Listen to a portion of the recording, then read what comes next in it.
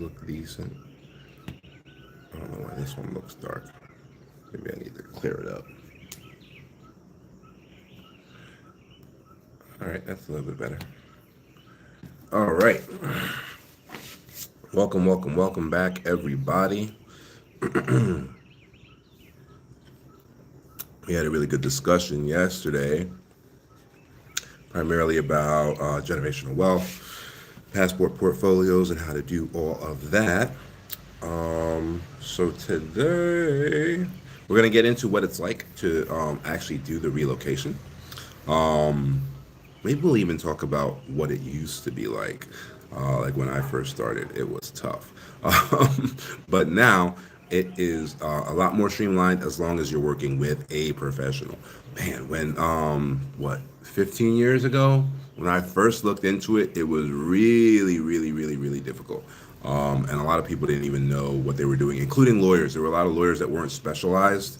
So they were lawyers, but they weren't like specialized immigration attorneys. And so it made the relocation process really tough. Now there are quite a few relocation firms, but not all of them are super legit. Here in Kenya, other than ourselves, the only other relocation firm that we can vouch for is a firm called Traverse Culture. They're legit, and the rest we just can't. We can't say that they're on the level, so we can't vouch for them. But we can definitely vouch for Traverse Culture. They do a really good job, primarily operating out of Nairobi. They're also really good with what is it called? Medical tourism, right? So the medical system out here is really solid. Traverse Culture has a ton of contracts with hospitals specifically for medical tourism, so they're really good with that kind of stuff. We specialize in the home construction stuff, so that's what we focus on. Traverse Culture typically focuses on like apartments and rentals and stuff like that. So we could definitely vouch for them. They're not affiliated with us. We will send people over to them and like partner with them in that way, but they're their own company. We're our own company. But the truth is that they're legitimate and they're good at what they do.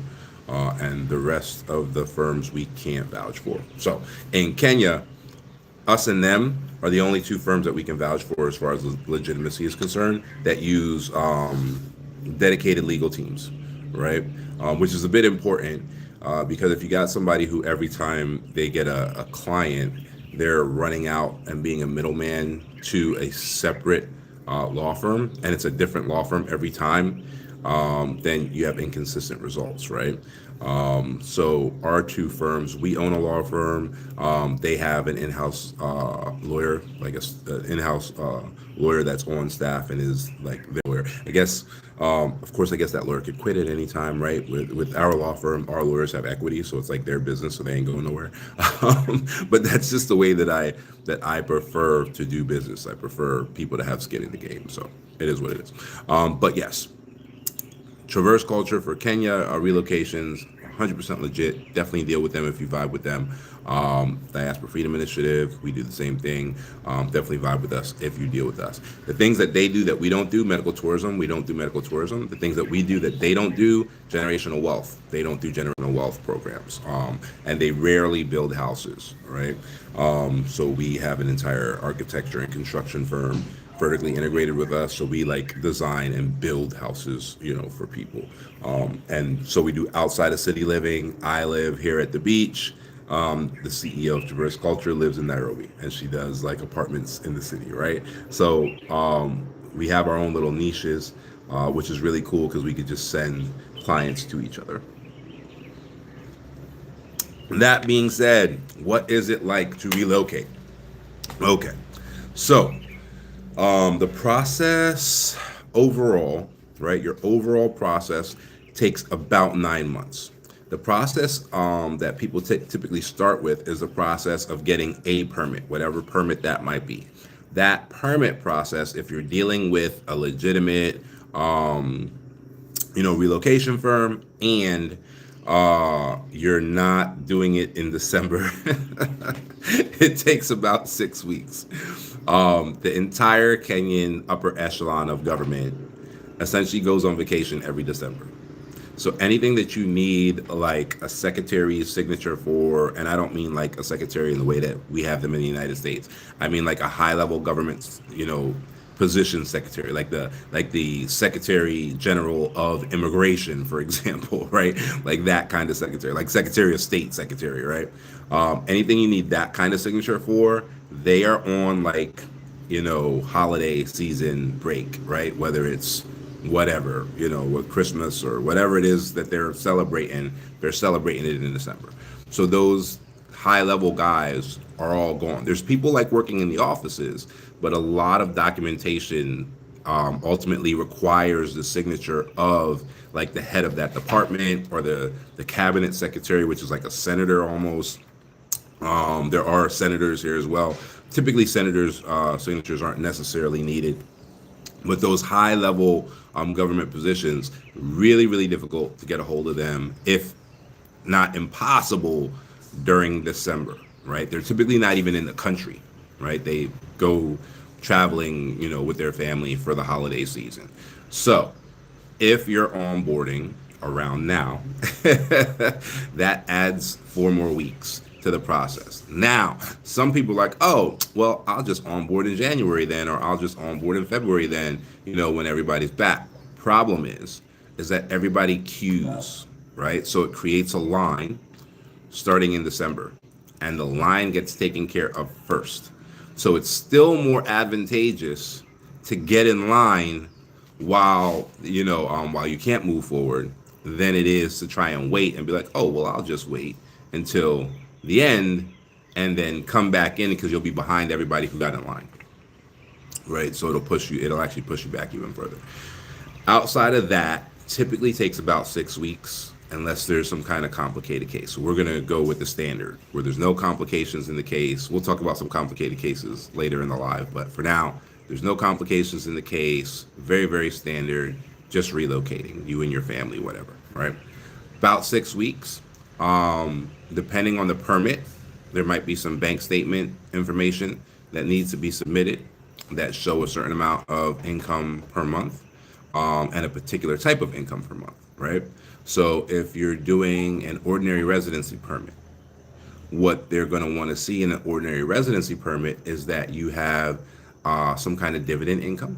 Most of our clients with dividend incomes own companies, right? And owner's draw is dividend income. Okay, actual dividends from stock. If you have like an S corp, it's dividend income, right? Some people are working remotely, and then they 1099, right? So, if they're in a 1099 situation, that could be dividend income, right? So what they're trying to avoid is you made enough money when you applied, but you made enough money when you applied because you were working a brick and mortar physical show up job. So then, yes, on paper, you have enough money at the time of the application, but then once you're here, you're broke. They're trying to avoid people living on the bridges. We are too, right? So that's the whole purpose of why they're looking for a specific type of income for that particular permit, right? Other permits don't look for that. Right, so folks that come through with investor permits, they're gonna operate a business here. They don't look for monthly income for investor permits. They look for that you have $100,000 that's available to be placed into a local bank account, right? And that's kind of the proof in the pudding as to whether you're a business owner or not. And so different permits have different requirements. The digital nomad permit, it did have a ridiculous, statement requirement. I think it was something like $72,000 a year, something like that. And then they realized that was foolishness, which is actually cool. That's one thing I really, really like about the Kenyan government.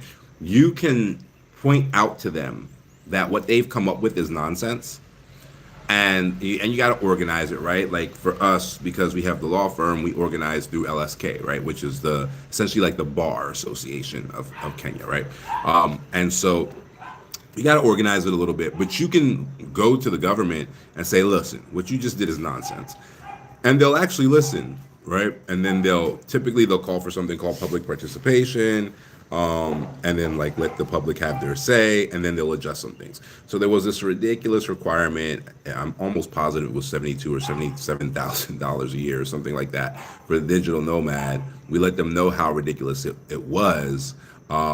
We also like showed them, and then not just us, right? Let's not like we single-handedly did this, but we also showed them as a community, like what digital nomad permit requirements were like in Europe, and what digital nomad requirements were, in Asia, and stuff like that, so that they could see like what the baseline was and kind of what the international standard was. And they eliminated it. They eliminated like the requirement, for any amount of income in a month. So a lot of you kind of digital creatives and all of that are not planning on being here forever, you typically qualify for this permit.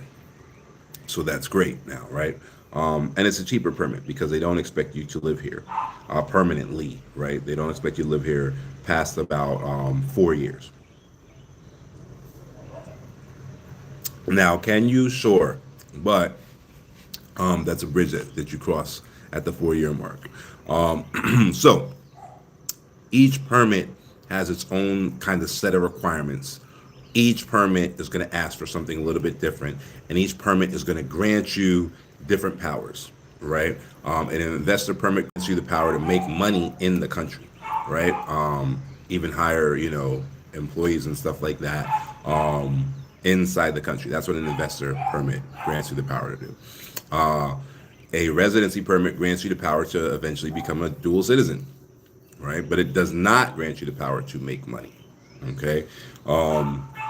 So the digital nomad permit grants you the power to operate either in business or via working, as long as you're not doing work for Kenyans or business for Kenyans, right? So you can have a business overseas that's doing whatever it's doing overseas, and as long as its clients aren't Kenyan, you probably qualify for the digital nomad permit.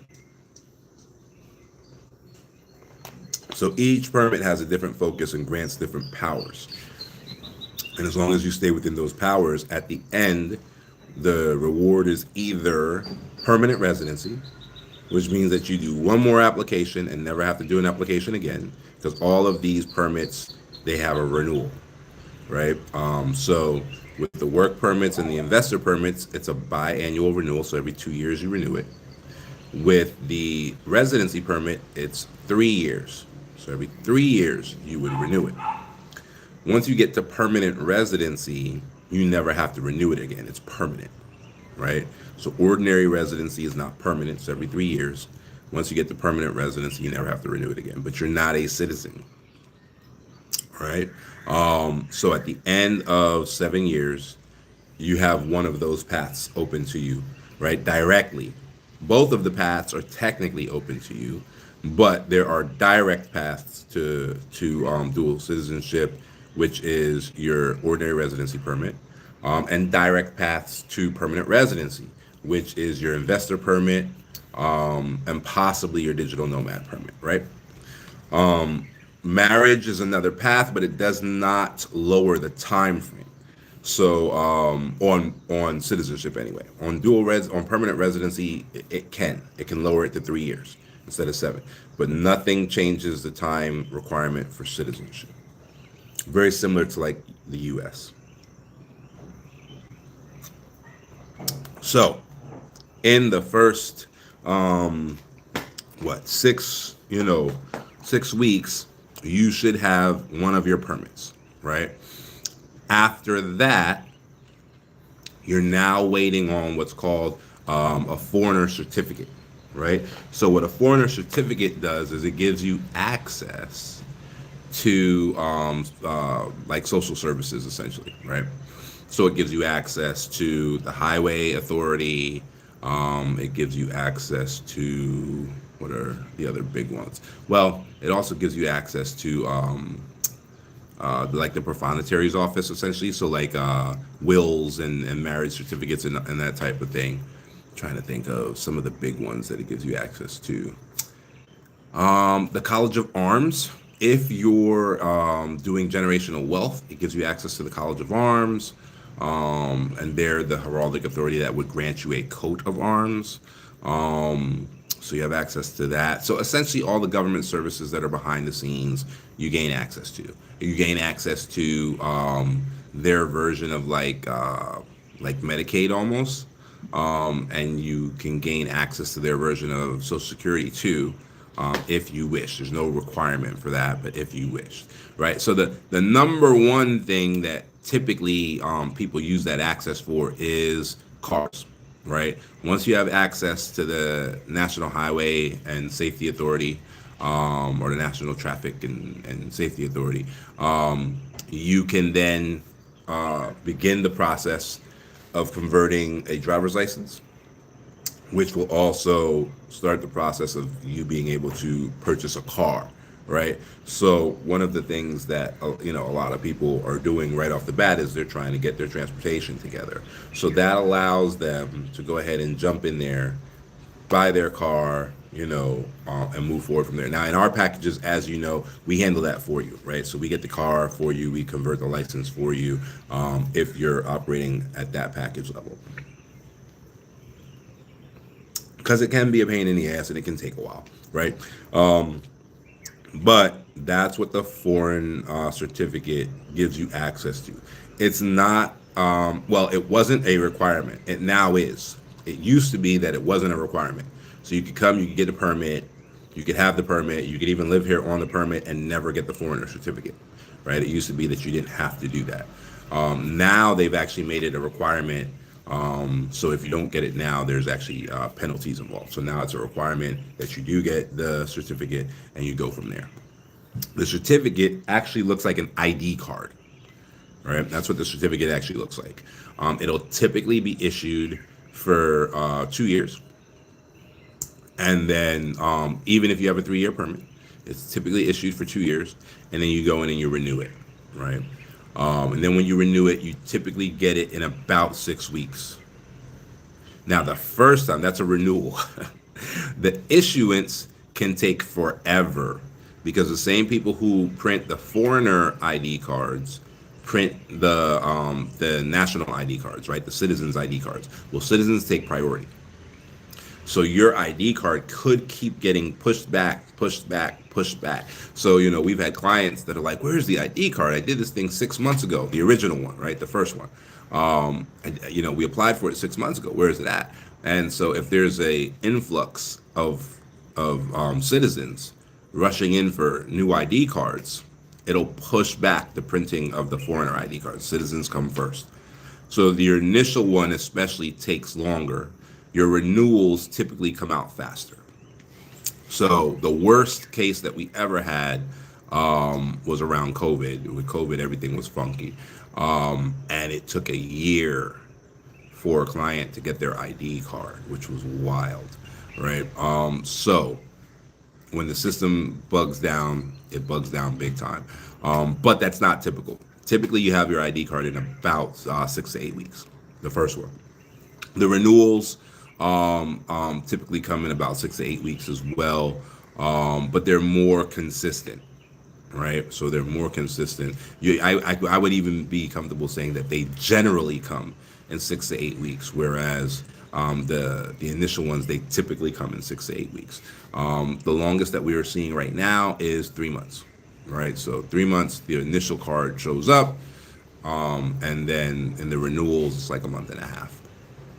All right. So that's how like the first year looks of the relocation. Now, if you're relocating with us and you have like a full house on package, there are 2 ways to do that. So that process can look very different depending on how the person's doing it.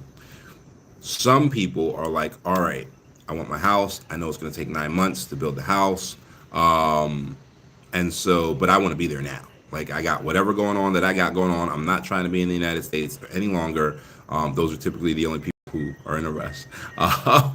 And they're like, I want to go now. So for those folks, what can end up happening is as part of their package, we can put them up in temporary housing while we build their house. And then they have the option to like visit the construction site, whenever they want, and all that stuff. And figure out the community and build bonds and all that stuff until their house is ready. Other clients wait until the house is done. Okay, so they'll wait the 9 months until the house is done. They'll settle whatever they have to settle back home. Sometimes it's selling a house. There's been plenty of clients that are engaging in a bankruptcy, and typically bankruptcies aren't filed until 6 months after the default in debt, right? So there's plenty of people who their situation warrants that's the next step that they're going to take, but their house is going to take 9 months to be built. Maybe they're not at the 6 months of the default yet. So within that 9 months is the time that they both qualify and execute the bankruptcy. Then the bankruptcy proceedings, finish up around the ninth month, and then they're gone, right? There's a look back period in bankruptcy. So there has been, over the years of the bankruptcy cases, I think there's been one that like got recalled on something. Because like if you win the lottery within so many months of declaring bankruptcy or stuff like that, there's a period of time where they can look back like, wait a minute, we made a judgment on this bankruptcy, but within this time you got a bunch of money, you got to pay some of your debts, whatever. But that's very, very rare. So by if they time it right, which all of that has to do with their American legal team, right, or their local legal team, whoever's handling their bankruptcy. We can't handle law in the United States. We only have a law firm in Kenya. So whatever local legal team is handling that typically times that out. But a lot of folks, that 9 month period of construction is a perfect amount of time for them to finish that process and then just leave and come out here so that their life isn't affected by like credit hits or anything like that. So again, like we were talking about yesterday, strategy is king. If you can plan properly, everything's going to go very, very smoothly for you. You don't want to be dependent on ad hoc decisions, right? You want to have some kind of planning in place where you're doing more than just ad hoc decisions. You know what I mean? So for and for us, we have that focus on next generation. We have that focus on kids. We have that focus on creating generational wealth. So we're pretty planning oriented and pretty planning focused, and we'll assist you as best we can. But on the U.S. side, we just don't have a legal team there. It just doesn't make sense for us to maintain one. So we own the law firm here, we maintain a legal team here, but there's no way for us to give you any legal advice on the U.S. side of it. So just your local, if you're part of that team bankruptcy, just your local bankruptcy lawyers who you're going to want to talk to about that. So that is how that works. Now, we have presets, right? I know a lot of folks are like, yeah, your 2-bedroom with an office or 3-bedroom 2-story house. It's like, what is it, 2,200 square feet, something like that. Pretty house. It's 170, right? Way cheaper than you would ever get it in the U.S. But there's a lot of bachelors and bachelorettes that move, and they're like, that's like a 2 or 3-bedroom house. I don't need all that. Blah blah blah blah blah. Okay, cool. That's why we have an architect, right? So how does that work? Because we got a lot of emails after yesterday. We talked about the houses a lot. We got a lot of emails about customization yesterday, so I might as well jump into that. How the customization would work is you would sit down with the architect. So the first thing that you do is you would onboard. Your onboard would cover your immigration. It would also cover an acquisition of a plot of land, including the due diligence by our legal team and all the the legal requirements and all of that stuff. So we would handle all of that. We would come up with a report that shows that the land is free and clear. We get the land purchased, and the immigration package would be done, right? Now, after that, you would sit down with our architect and you would design what it is you needed, right? So some people do design like 1-bedroom ranchers, right? And they'll do like a 1-bedroom rancher with like an office or a library or something, or essentially a room that could eventually become another bedroom if need be.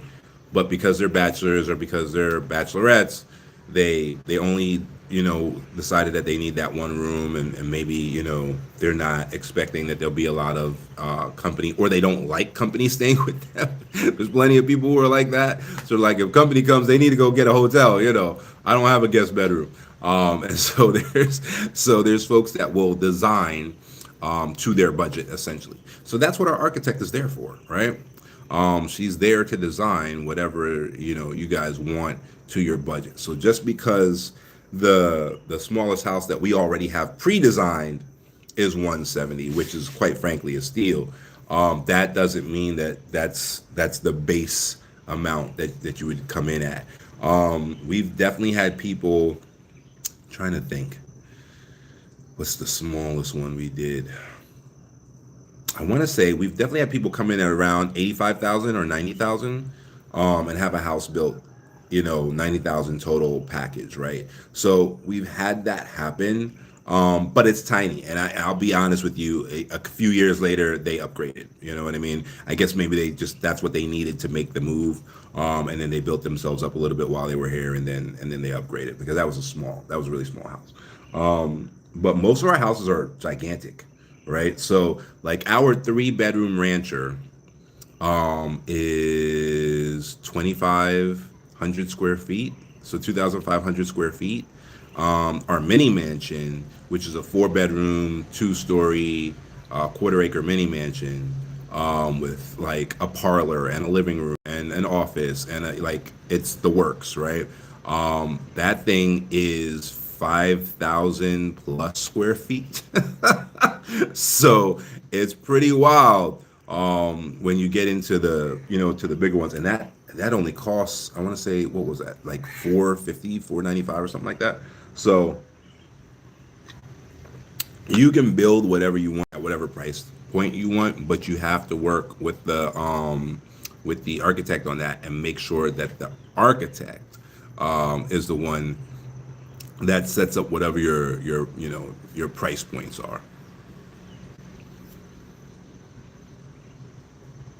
Make sense?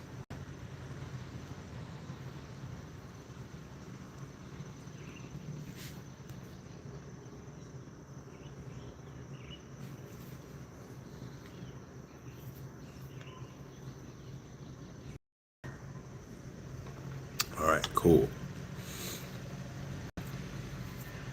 You, if you, yes, that's a good point. And thanks for asking that. If you have your own architect, or like we run into a lot of dream house people where they've had their house designed, and like we have the blueprints to our dream house, you can bring those.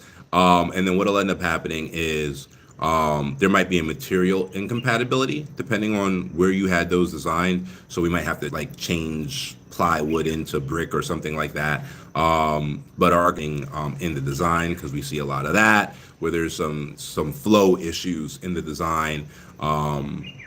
And there's even some, like the last one that we did there, the way that the bathroom was set up to the bedroom, the moisture from the bathroom would be prone to creating like mold on the wall in the bedroom where the bed would be placed, right? So our architect caught that and pointed it out, and then had an engineer come in and actually create a 3D, not a rendering, a 3D simulation of how the airflow would move in that room based on how it was designed and what would happen when you turn on a hot shower. And they were actually able to like show them like this is where that moist, hot, water and air is landing directly above your bed, and over time mold is going to grow in this area, and then you're sleeping directly beneath it, right? And so they were able to update that drawing, just based on experience. So you can bring your own drawing, and then we'll figure out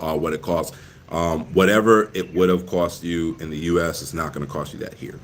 So if you have a US drawing and they're like, oh yeah, this is going to cost $1.8 million to build, right? You're probably looking at least half of that to build the exact same design here. So automatic discount on whatever you were planning on paying.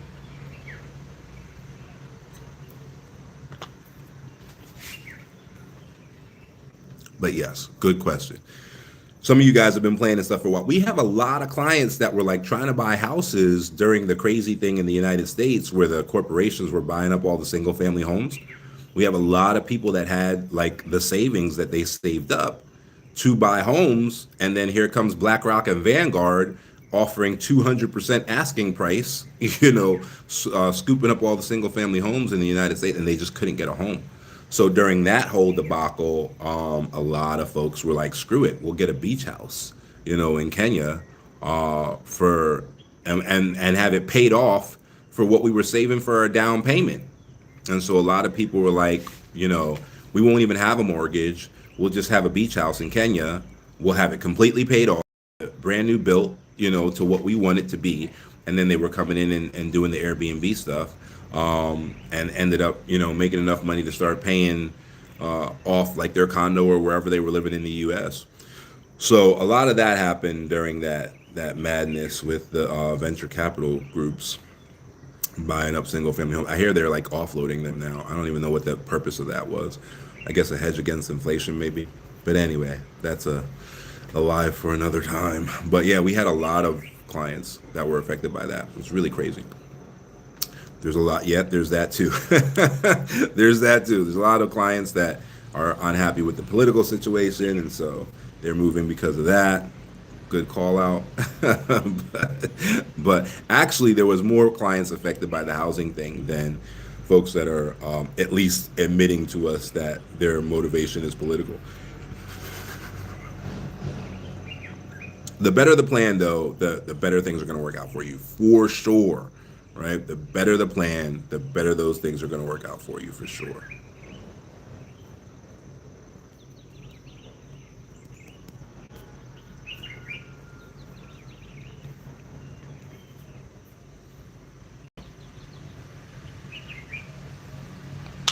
Hey, Tamara. Nice to see you.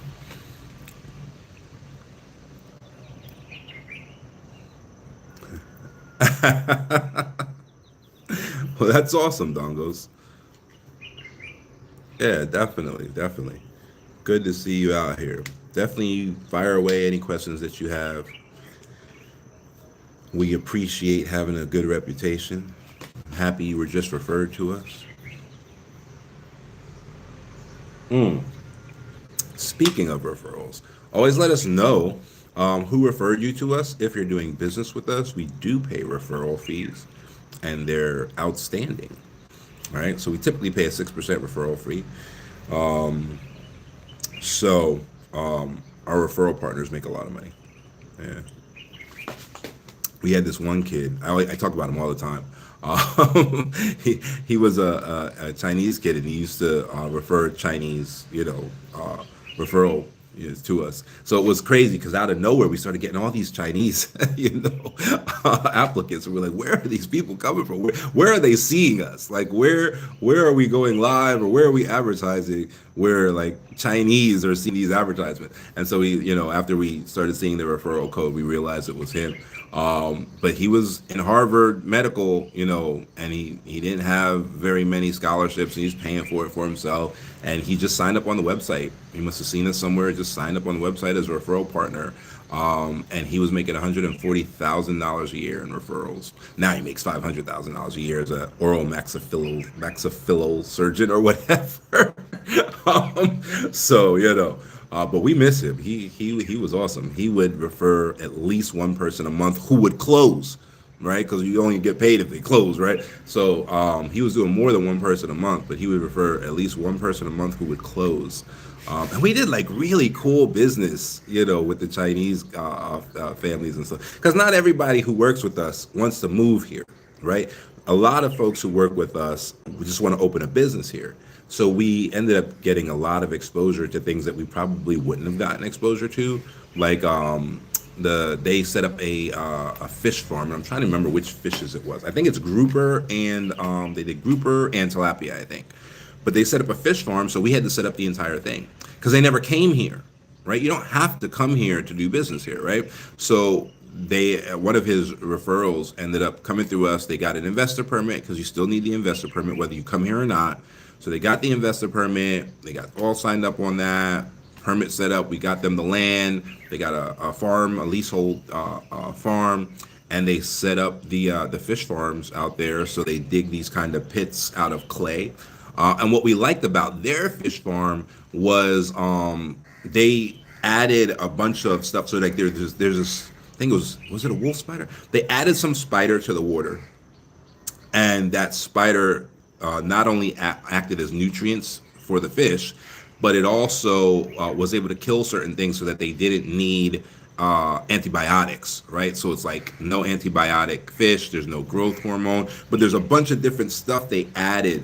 There's plants that they added to the bed of, the little farming areas, the pods they call them, and all of that, because they were trying to do this kind of like organic fish farming, you know what I mean? So they didn't want to be dumping in, a bunch of antibiotics to keep the fish alive and all of that stuff. So that was cool to see how that process worked. And that happens a lot. That's one of the perks of doing corporate structure, is you get to do due diligence on companies and businesses that you don't operate in, and so you get to actually have specialized knowledge into a lot of these companies and a lot of these operations and how they work just through your legal due diligence phase. So yeah, it's a lot of fun. We set up a pharmaceutical company in Sierra Leone as well. We only onboard in Kenya, but once you onboard with us in Kenya, we'll help you do things anywhere. And so we set up this pharmaceutical company in Sierra Leone, and that was amazing because there was so much that we had to do with like the pharmacy board of the country and all of that stuff, and so much that we learned through due diligence about how pharmaceuticals work. That was really, really cool. So it puts us in a really cool position for clients who come to us and they're like, hey, I want to do a business, I don't know what to do. We're able to kind of look into the background of that client, and because we've set up so many businesses for so many clients and we've done due diligence in those areas and we understand what it takes, not just to create those companies but also to win there, we're able to kind of guide people and say, oh well, based on your background, have you thought about doing this? Because there's a large possibility that you actually have the prerequisite knowledge to be successful at this or that, because of what you've done before. And so that works out a lot. We had a guy who was was it Outback Steakhouse? Applebee's. We had a guy who was an Applebee's worker. And he was like a college Applebee's worker. So he was on a team in Applebee's that I guess Applebee's would go cater like corporate events. I didn't even know about this until we got this client. But I guess you could order Applebee's to cater your corporate event, and they would send a team, and they would like set up, the hot trays and all of that, and a scoop of this, a scoop of that. Here's the ribs, whatever, right? And so he had done that for like 6 years, all through school. He was part of this, Applebee's catering team, and so he worked like, part time or on call with Applebee's, and he was looking for ways to finance, his way out here. And we ended up setting up this guy in SAM. We got him set up in SAM, which is sam.gov. And then he started looking for catering government contracts. And his first one, I think it was either space camp or Civil Air Patrol camp or something like that, but one of the cadet programs in the United States. He ended up getting the contract for that, and it was the same thing as Applebee's. He knew exactly how to do it. Where he knew how to get the food costs going, he knew how to portion everything out so that each scoop was so many ounces. Like all the stuff that they had taught him at Applebee's was all the information he needed to now run these government contracts. And within like 4 or 5 years, he was doing over $1 million in food service for the government. So he was the same type of Applebee's, McDonald's type work, but he was making over $1 million doing it because he was doing it for the U.S. government, right? So it's just a matter sometimes of broadening your horizons and thinking about what you've done, the things that you think are useless, the companies you think are low value and all of that stuff, thinking back to that and the things that you know best, and then seeing if that applies to anything else. So definitely, most people do have a skill that's worth 6 figures and they just don't realize it.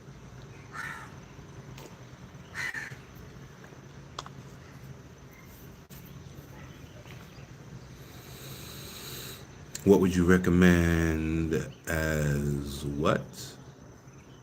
Oh, as businesses, is that what you're trying to say? What do you recommend as businesses here? You talk about here in Kenya, or it's about like businesses you can start in the United States to get to Kenya?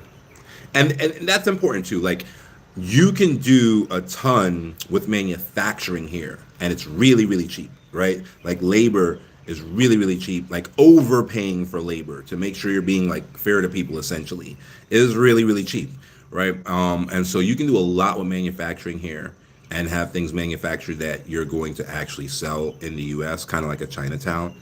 Yes, that's what I meant. Okay, so here there's essentially any service business here that's going to be concierge service. I think you're going to do relatively well with that, right? So can you open a garage? Sure. Would I recommend opening a garage? Not necessarily. Can you do a mobile garage where you drive out to people's houses and charge them a premium to come to their house and do the garage work? Yes, right? But you don't want oil stains on the the driveway and all that. You know what I mean? So it has to be concierge, like top-notch service. You come out, you roll out some thick, canvas, put their car up in their, in the driveway, do whatever work you need to do, and then, pull that thing and leave, maybe even clean up, spray down, the driveway or whatever, and take off and leave it better than you found it. Those kind of VIP, high touch level services do really, really, really well here because there's a rich class here and there's a middle class here, both thriving. Middle class is growing, upper class is growing. So there's people with disposable income here, just like anywhere else, or any other developed country, that are willing to spend that disposable income, right? There are groups of women that fly to Paris every time the big fashion houses release their new season and buy from Paris just to make sure that they're not buying like knockoffs, right? So it is not like one woman. There are groups of women that Jean-Paul Gaultier drops his new line. They fly to Paris and wait in line for Jean-Paul Gaultier's spring season. You know what I mean, or whatever. So it's not like people don't have money here. And so those are the businesses that really really do well.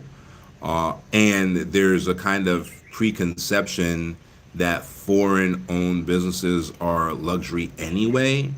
So if you're coming here and you're gonna start a business here, things like that would make a huge impact.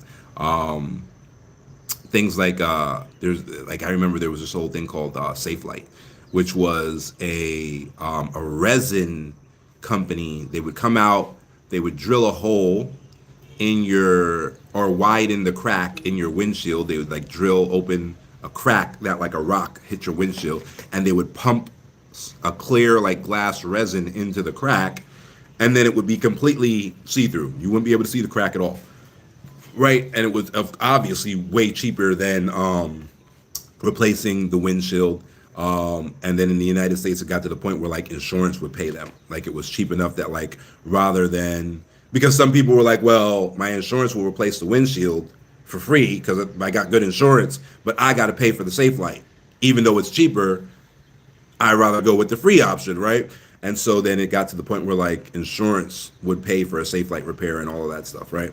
So things like that, where you drive out to someone's house after a rock just hit their windshield and you repair the windshield, right? Those types of things are the types of businesses that'll do really, really well here. I wouldn't even want to compete locally on a product-based business, right? Because it's hard to understand what a different culture expects in product quality, right? There are certain things that there are certain products that I might engage with, and I'm like, geez, I don't even want to pay for this, and the local culture is completely okay with the quality of that product, right? And a lot of that is a matter of supply chain, right?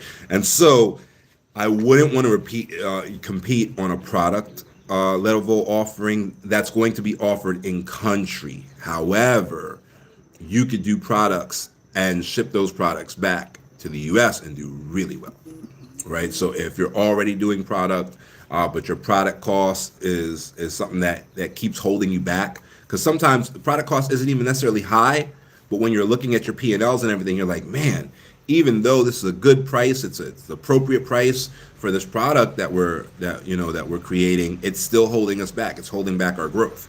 Well, you might be able to cut that product cost in half by doing it out here, right? We had a client that had a wig shop. All right, so she had a wig shop in a place called Upper Darby. It's like outside of Philadelphia. And so she had a wig shop. She's buying the wigs from the Koreans, getting half decent prices, I guess.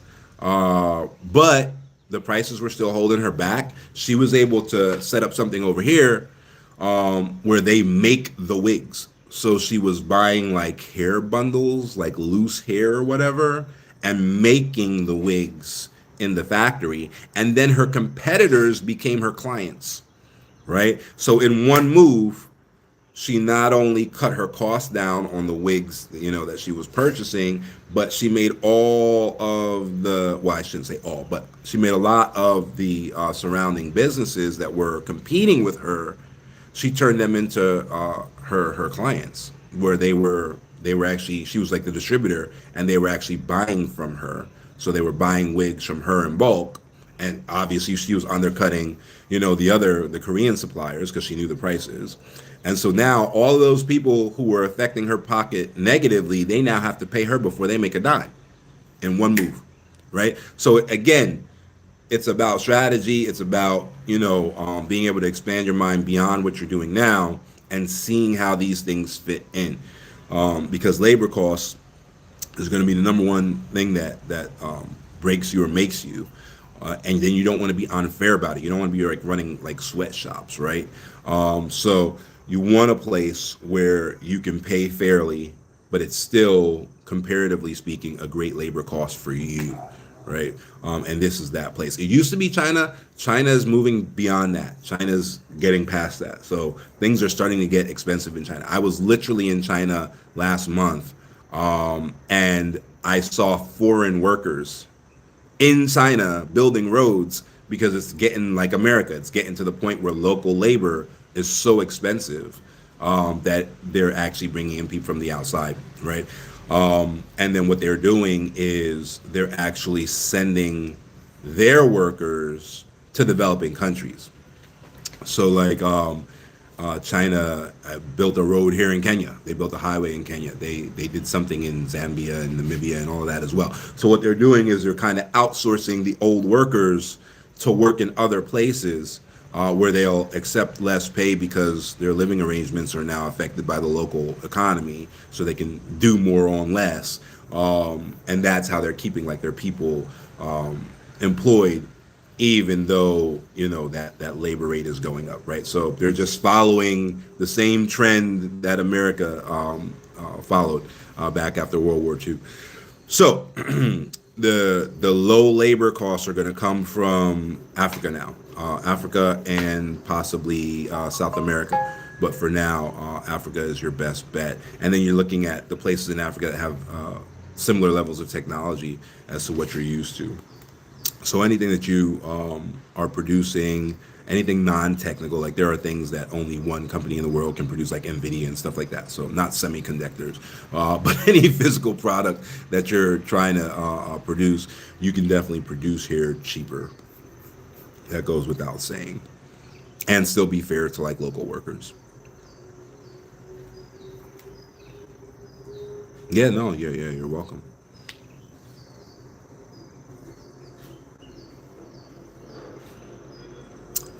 About food. Food is always tough. No matter where you do food margins are always like crappy, and food is always tough, right? But it still kind of goes back to what I was saying. If you have some sort of luxury offering, right? So like there's a place that we get like hot dogs and smash burgers and all of that from, right? It's a foreign owned, business. And then they have a thing where they create like these like cheddar and bacon filled hot dogs and all of this stuff. So at the beginning of the month where they're creating all their sausages and all of that stuff, bratwurst and all of that. You can order. There's like a VIP list where you can order everything you need for like your barbecues and all of that stuff. So you can order, 100, bratwurst, 50 burgers, and all that stuff. You can order in bulk at like a discount, right?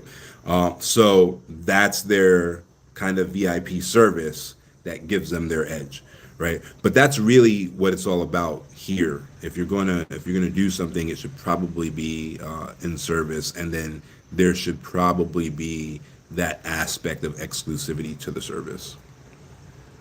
I wouldn't try to compete on product with locals. It's not going to work out for you. The things that you think are make a difference won't make a difference at all. That's going to be where you fail. So I wouldn't do that until you've been here for years.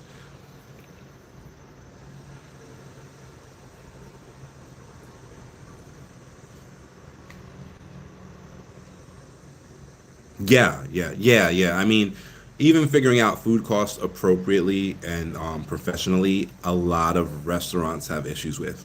And that's a lot of restaurants close down for that purpose. They can't figure out their actual food costs. So like restaurants are always a tough racket. And so, it doesn't get any easier by moving to another country where you don't know the tastes of the people, right? Because like soul food is considered spicy here. And I'm not talking about like hot sauce on like whatever. Of course that's spicy, right? I'm talking about just regular old soul food because they don't use as many cooking herbs and cooking spices here as we typically do in the US. They consider it spicy, even though there's like we would consider it to have no pepper at all, and nothing spicy in it. There's so many spices in it that they call it spicy, right? And a huge chunk of the population does not appreciate spicy food. So it's one of those things where like as tough as food is in general, if you go somewhere where you don't understand the tastes of the local people, it's even more challenging to do well in food service. I just never recommend it. I never even recommend it in the United States. It's one of the businesses that I just never recommend. Doesn't mean that you shouldn't do it. I just never recommend it.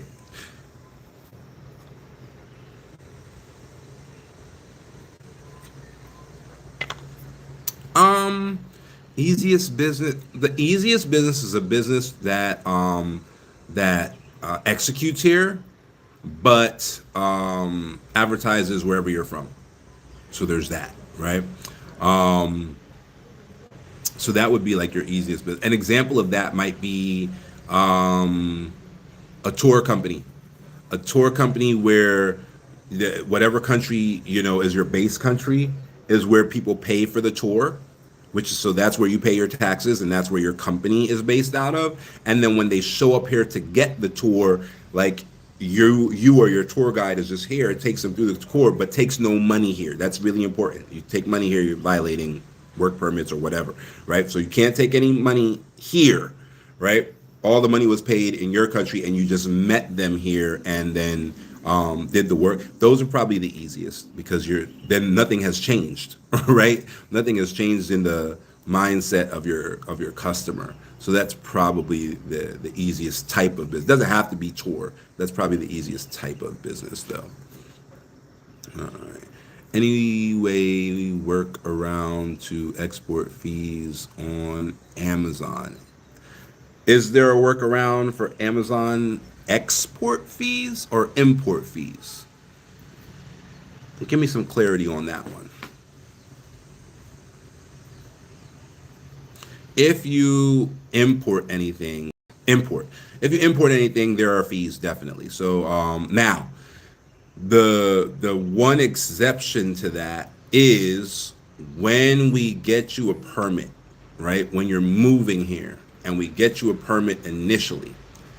With that initial permit, and there's a time limit on this, with that initial permit, we can get an import exception for your household, right? So there's an exception that the point of the exception is if you're bringing your household goods with you, then you don't have to pay your fees on that. But it has to be your household stuff. So it can't be new stuff, right? They won't exempt new stuff. So if they go in, they inspect what's in your shipping container and they see new things, they'll pull the exception for that item. It's supposed to be stuff that's from your house. So it's supposed to be old stuff. They typically like it to be at least a year old.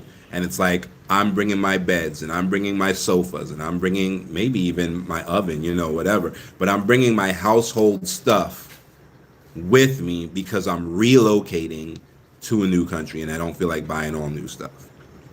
That there's an exemption on that. Outside of that, there's duty. You know what I mean? There's import duty, which is the same in any country actually, but there's import duty. Now, the good thing about Amazon is there are different ways to ship things, right? One of the ways to ship things is called DDP, which stands for Delivery Duty Paid. So when you buy something DDP, what ends up happening is the duty is already in the price of the thing and they pay it for you and just deliver it directly to you. Amazon does that. Amazon does not allow any other form of international shipping but DDP, so that there's no situation where your stuff is stuck in customs, you can't afford to get it out, now you're asking for a refund from Amazon because you never got the thing, you tell them to send it back, blah, blah, blah, blah, blah. Amazon's not having all of that.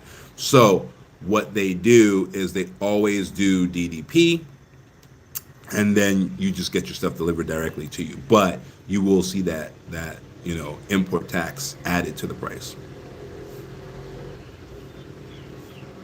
Where am I now? I'm in Diani Beach, Kenya. It's a beautiful day today, as it is virtually every day. I came from Philadelphia, so I remember the 12-inch snow drifts.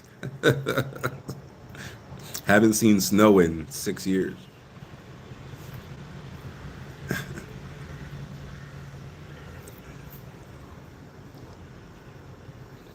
Is that what you want to know about the Amazon question? Did I answer your question? If I don't answer your question, pop back up and be like, you didn't answer it. That's not what I was asking. I heard cars are super expensive there. Now, I don't know where that's coming from. I keep hearing that. That's not true. For example, one of the cars that we offer in our package where we buy cars for the clients, right? Is what is it? It's the Kia. What's the car that we just added to the list? Kia Sedona. And so it's a 7-seater Kia. I think it's a Kia Sedona. It's brand new. We just added it to the list. And we looked up the U.S. manufacturer for the top of the line model because that's what it is. It's like the 360 glass roof, leather interior, the whole nine, right? In America, it is $36,700 or something like that. In Kenya, it's $37,000. It's $400 more.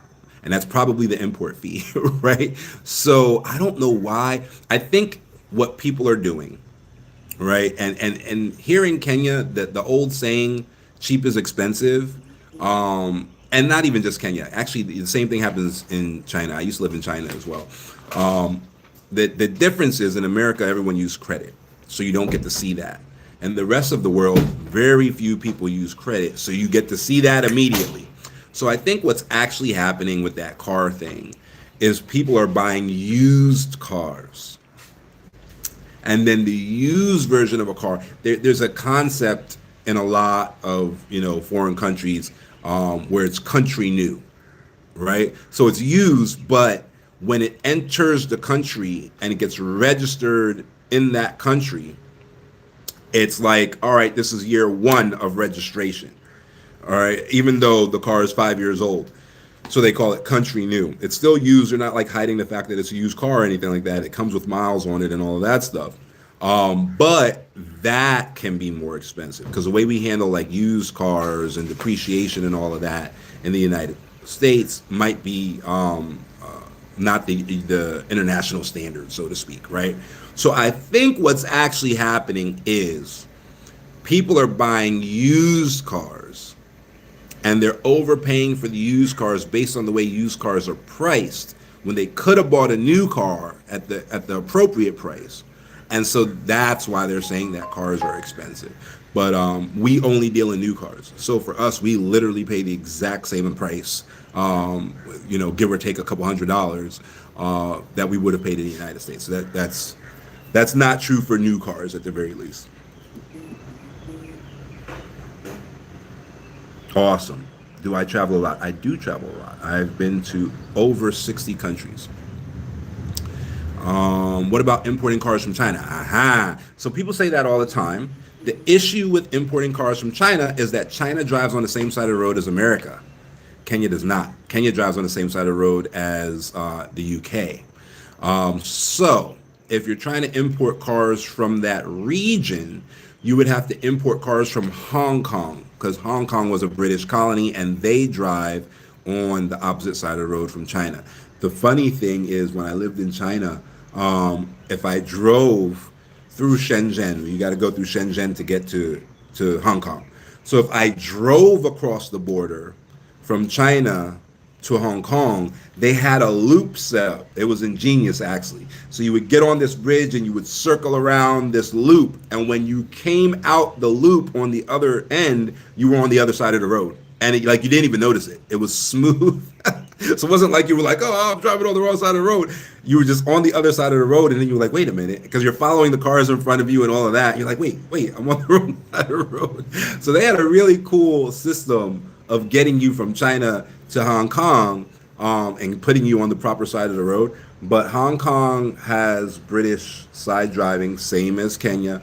China has American, same as Nigeria, actually. So Nigeria, they drive on the same side as America. China, they drive on the same side as America. So if you're importing cars from China, you need to be importing cars that drive on that side of the road. The car market is crashing. They'll be giving them away soon. Maybe in America. That doesn't apply to the rest of the world, though. Pros and cons of 5-year multi-entry visa. Well, a visa only grants you entry into a country. It doesn't grant you the right to stay there, right? So the same thing like with America. If you have a tourist visa, it used to be that a tourist visa to America was 10 years. Like, they just gave you a 10-year tourist visa, but your maximum stay was 6 months. If you stay, in America for the 6 months, and then you go to Canada for a month, and then you try to come back to America, the customs and immigration people will send you home. They'll be like, you're trying to illegally live in America. This just gives you entry as a tourist. It's the same thing. So you can get a 5-year multi-entry visa and be able to enter as a tourist, but you can't legally live here. A lot of people will do these border runs and illegally, live in a place as a tourist with a tourist visa. But if they decide to crack down on that, they're going to freeze all your bank accounts. They're going to deport you. They're going to permanently ban you from the country for fraud. Just doesn't make a whole lot of sense. I recommend just getting a permit.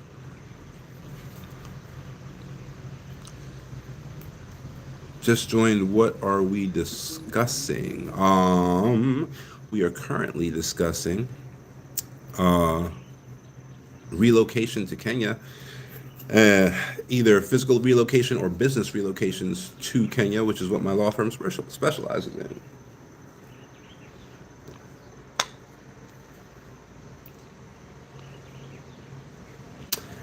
China doesn't do that, Rod. Oh, sorry. The question was, sorry about that, guy. I'm live on 3 different platforms, so I know you guys can't all see. So the question was, can't China just move the steering wheel to the other side? China just doesn't do that. Yeah, so now we do import some vehicles from China, but they're non-steering wheel vehicles, right? So the electric rickshaw is what we call tuk-tuks here. Though that's a real great business out here, especially in the tourist areas. We can import that because it's not one side or the other. Motorcycles, right? It's not one side or the other. The motorcycle steering wheel, or handlebars or whatever are in the same spot no matter what. So you can import motorcycles. You can import golf carts and things like that. So if you have like a special needs vehicle, that you can import essentially from anywhere. But when it comes to cars, particularly China they just don't switch their steering wheel. They don't care. The thing that people don't realize about China is they're so big and they've cultivated a really strong middle class and a really strong upper class, to the point where they can just do business with themselves. Like they just don't care to be switching stuff up like that. Now, Hong Kong, they only have the what is it, left hand drive or whatever. So because of that, you can import from Hong Kong. But typically with China, it just has to be a country that already does that right hand drive thing. All right, Rod, does that make sense? In order to get customization out of China, typically you have to go build a relationship with the factory directly. Average healthcare plan on the coast. So one of the beautiful things, in my opinion, about most countries outside the United States is it's not a union of countries, which is what the United States are, right? It's been a long time since we created the union, so a lot of people kind of don't realize that historically the 50 states are countries. Everywhere else in the world, the word state means country. The state of Nigeria, the state of Kenya, the state of China, right? State means country. And so the 50 states are 50 countries in a union, and they present a united front, and then they created, how that union works, and they established, the three branches of government, of the federal government, and blah, blah, blah, blah, blah. That's how it actually works, right? And so that's why laws can be different in New York to Pennsylvania to Virginia, etc. In most countries, that doesn't happen. In order for that to happen, you need an SAR, right? The Special Administrative Region, right? Hong Kong is an SAR. Zanzibar, right, in Tanzania, SAR. SARs have their own government, and they can administrate, to a certain extent, whatever it is that they want to do, right? So it's not that there's a healthcare plan for the coast.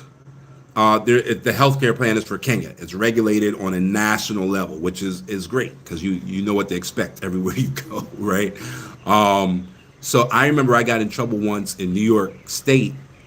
I lived in Pennsylvania State. I came from Philly, went to New York. I blew the horn on my car because one of those New York bike guys swung in front of my car, and I almost hit him. I hit the horn, and NYPD showed up and then pointed to a sign somewhere off in the corner talking about $300 fine for blowing your horn, right?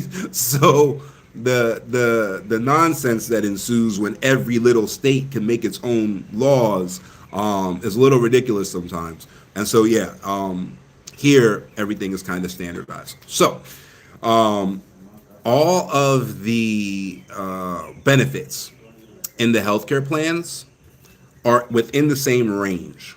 So the prices that you pay are for the adjustments in the benefits. The major adjustments end up being what is your outpatient coverage versus your inpatient coverage. So those will fluctuate from plan to plan to plan. A lot of folks from the U.S. that come here, if they have Aetna, they're able to just convert their Aetna to Kenya Aetna. So that makes it really easy on them. They can just call and be like, hey, I'm permanently relocating to Kenya. I don't need American coverage. I only need Kenyan coverage. They've reported to us that their premium typically gets cut in half, and they're good to go, right? So Aetna exists here as Aetna. I use Britam, and all of my employees get Britam. So I just like Britam personally. I just recently had a kidney stone removal, right? First one. It was horrific. Anyway, had this kidney stone surgery 5 weeks ago. It cost in total, in local currency, I think it was $500,000. And I paid, what was it, $7 or something like that? I paid $7 for the private room. I had a private room with a ocean view. If you're on my TikTok, I think you can go back and see it. You can see the ocean view room and all that stuff. But I paid $7. So they paid the entire $500,000, right? So there's that. So it just depends. And I think mine, I have 10 million in, and my employees all have the same plan as me. So We have 10 million in inpatient, and I want to say 2 million in outpatient. So that's how that works. But everybody has the same tiers, right? With the same limits. They just change. So like for me, I might have the 10 million inpatient, 2 million outpatient, right? Where if you go to what's one of the other ones, Jubilee, that's another insurance company. Theirs might be 8 million, inpatient and 4 million outpatient.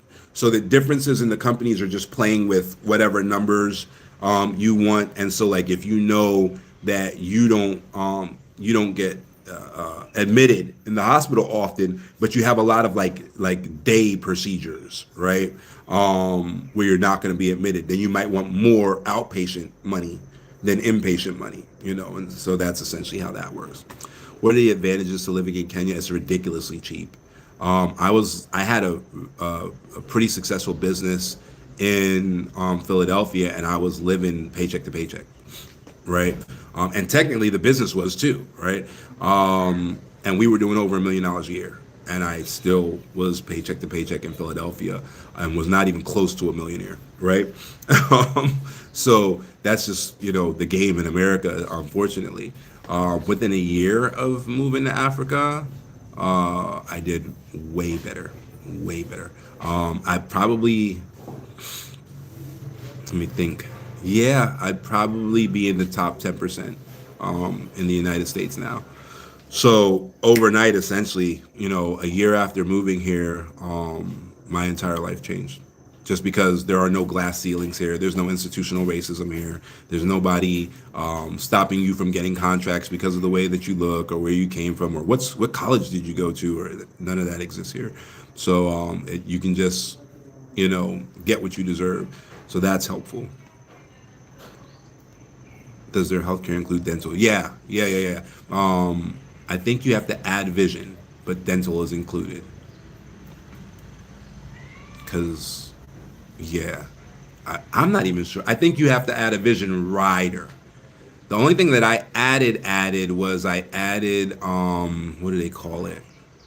It's something for babies. My son's 18 months old, so there's a thing you babies where they cover like all of the infant checkups and all the vaccine schedules and all of that stuff. That's the only thing I had to add.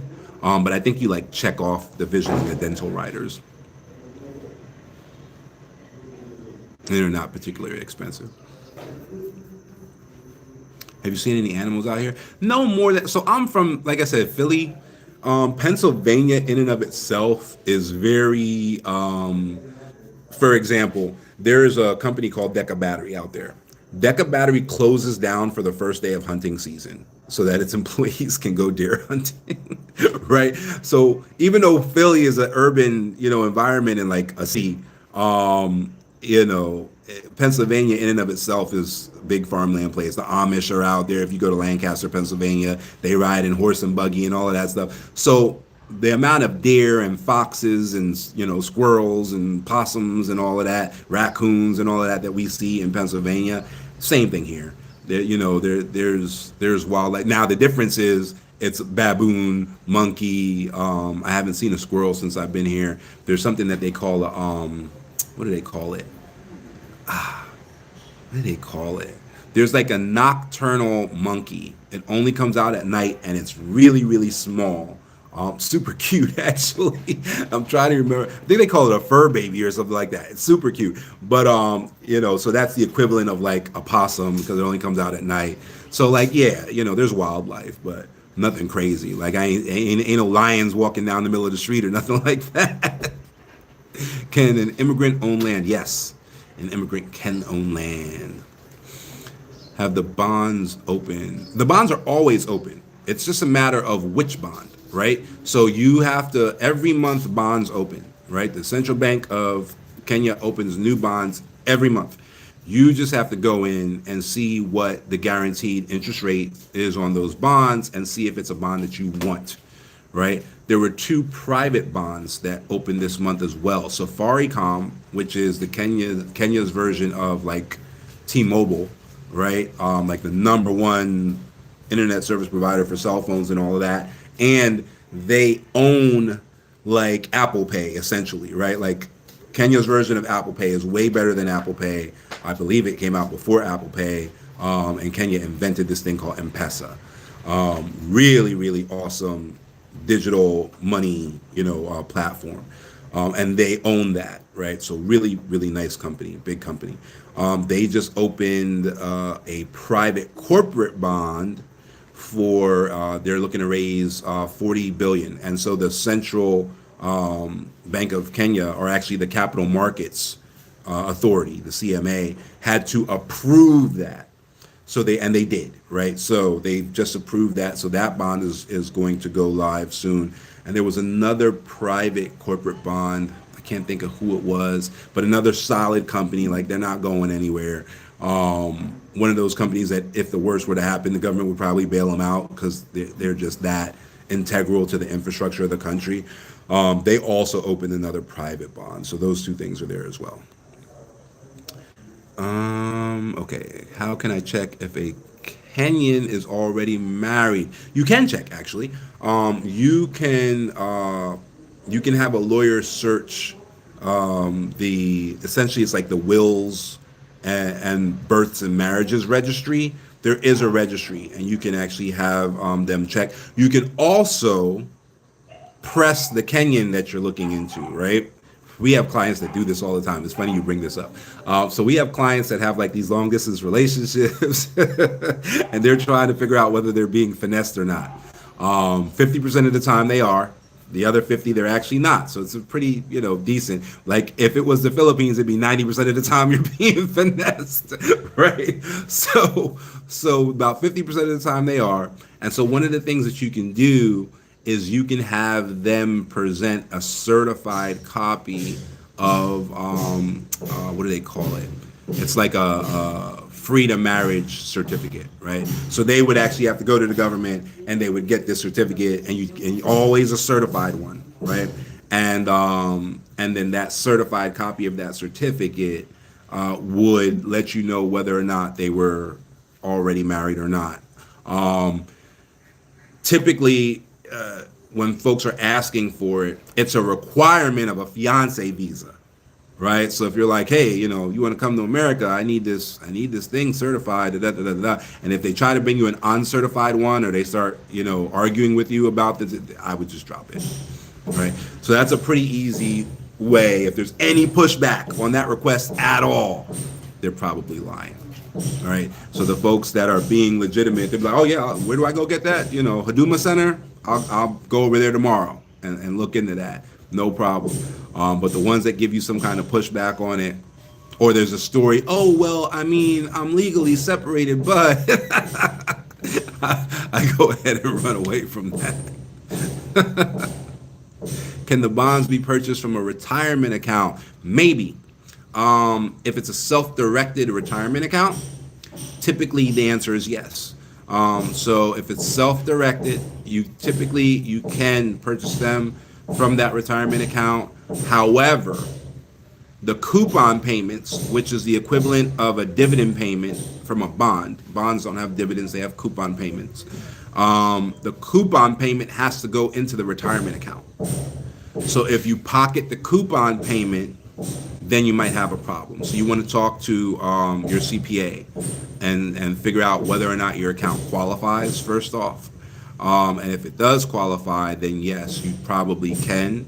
But then you want to figure out exactly how the coupon payments have to be set up to go back in, because sometimes your brokerage has to set up a bank account that those payments can be deposited into that go right back into your 401k, IRA, whatever. But you cannot purchase Kenya bonds unless, nope, that's not true. You can absolutely purchase Kenya bonds without a permit or a residency. Well, there's no such thing as a residency visa. Those are both permits. A residency permit, right? The only visa is like a tourist visa. Even a business visa is a tourist visa. Again, visas just can't grant you access to the country. That's it. It just allows you to come off a plane and step into the country for a certain amount of days. That's it. It doesn't do anything else. You need a permit for everything else. But yes, you can. The difference is, if you have a permit, you can purchase directly. If you do not have a permit, you have to purchase through a brokerage. That's the only difference. Right? So like we have clients that don't carry a permit, but they purchase bonds because they have a offshore trust here for generational wealth, but they didn't get a permit. So what they do is they purchase bonds through the bank that is housing their bank account for their generational wealth, right? So they'll access that bank's like brokerage and purchase their bonds through the brokerage. And then the bank will ask you for your passport. You will need a KRA PIN, right, which is essentially the equivalent of like a tax ID number or a social security number. So you will need that, which they can acquire for you, and your passport, and that's it. And but now, in that case, though, you are paying, a service fee because somebody's providing a service for you, and we don't know what those service fees are because we're not the ones providing the service. That's up to the bank.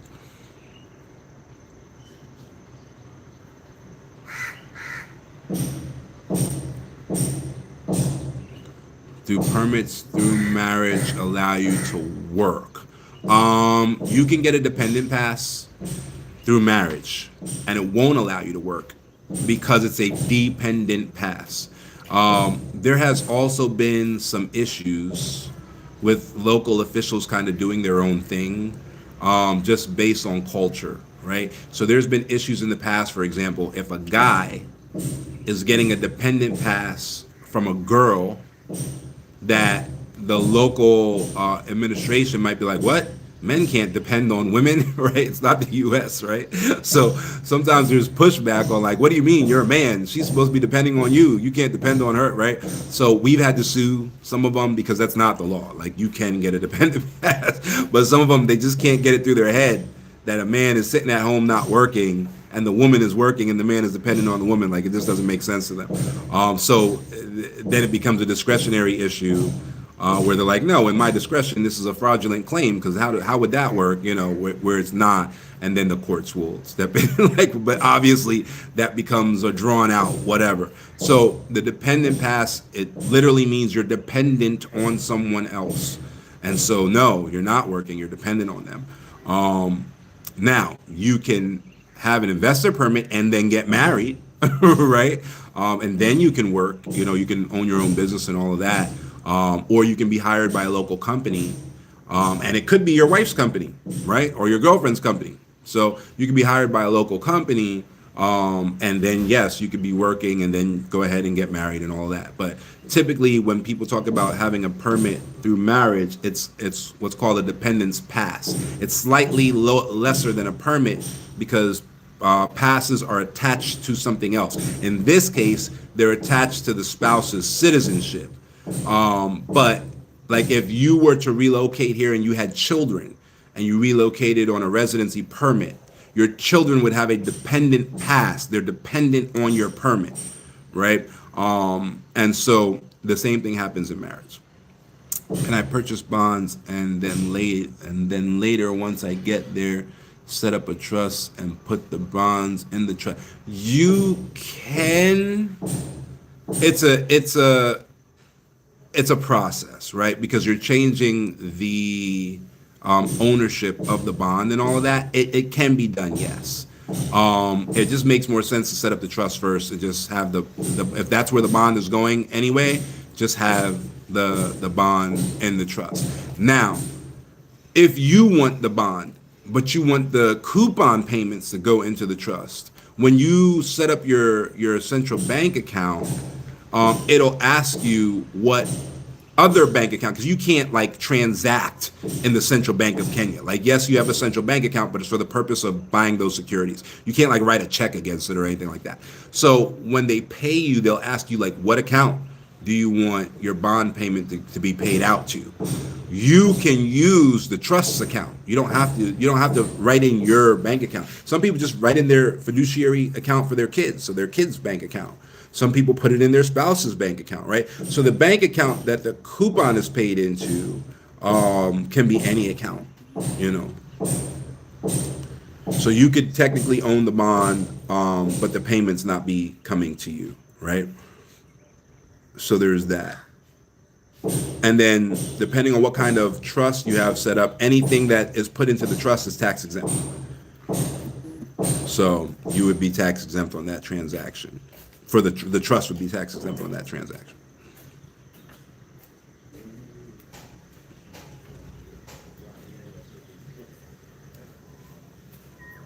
Yeah, I always recommend just having the trust in place. It takes a while too, right? It takes a while to get the trust in place. So to form the trust, it takes about 3 months. So it's not a thing that you can like create in a week. It goes through kind of 3 levels. So when you're creating the trust, you create something called a trust deed. The trust deed is a document that controls what the trust can do. It's the law of the trust, right? And you get to create it. So you create the trust deed. The trust deed then has to be certified under the Department of Lands. It has to be what's called franked. So the franking process is essentially the government puts a seal on it and says, okay, this is now a real document. It's recognized by the government. It exists. Okay, fine. But that document can't own anything, right?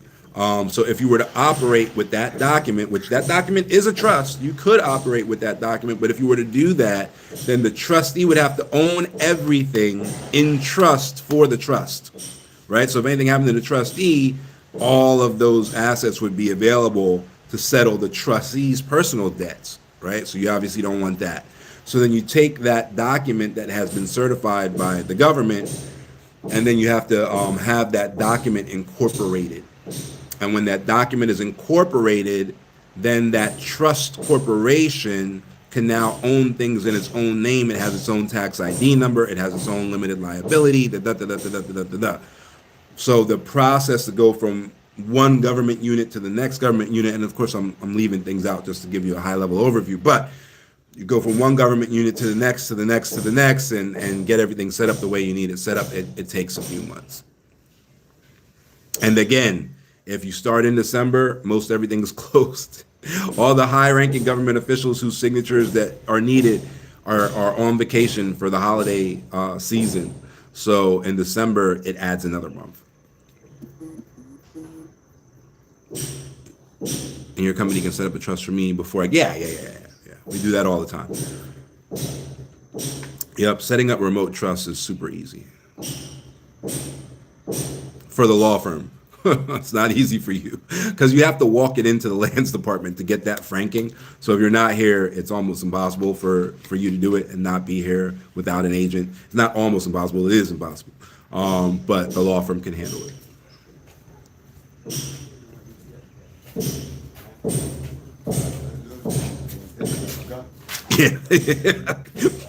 Yeah, certain things are just anything that's like legal, you don't want to you want the person that speaks the local legalese to handle it.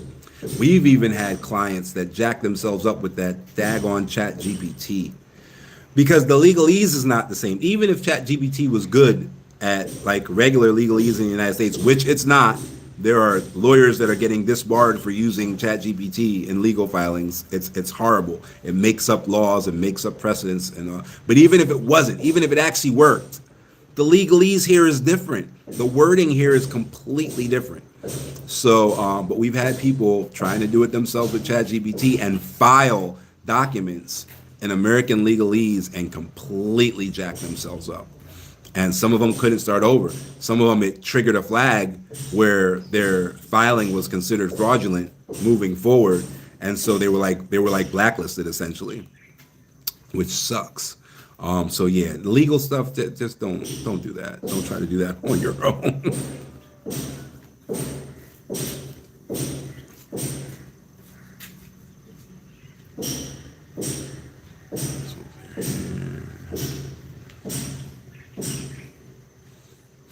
What about the star? I don't know what that means. What about the stars? Check that, Rodney, and send your question again. What? Like the stars in the sky? I don't know what that question is talking about.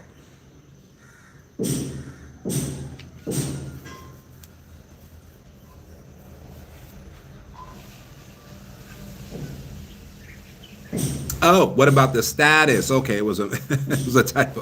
What about the immigration status? Yeah, so you'll pick whichever immigration status fits you best. So it'll either be you're coming here to open a business, which is an investor permit. You're coming to live here permanently, and you want to be a citizen someday, which is an ordinary residency permit. Or you're coming here temporarily. You just want to like hang out, chill out, do whatever, and you have a remote job that's going to support you, or you own your own business, so you're going to get your money from your business even though you're not there because you have employees, working it, or you can work it remotely. That's going to be a digital nomad. There are other permits, but typically the people who need those permits know that, right? Like one of the other permits is like a mining permit. Like you know if you're a miner or not, right? So like the other permits are primarily niche, and the people who need those permits already know that.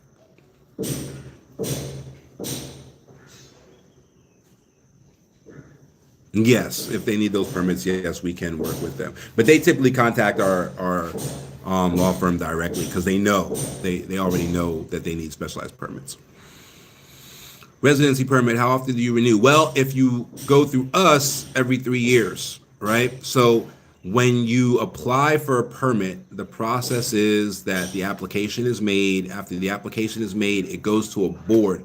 The board changes like at least every quarter. Sometimes it changes every week, right? And they typically meet on a Thursday.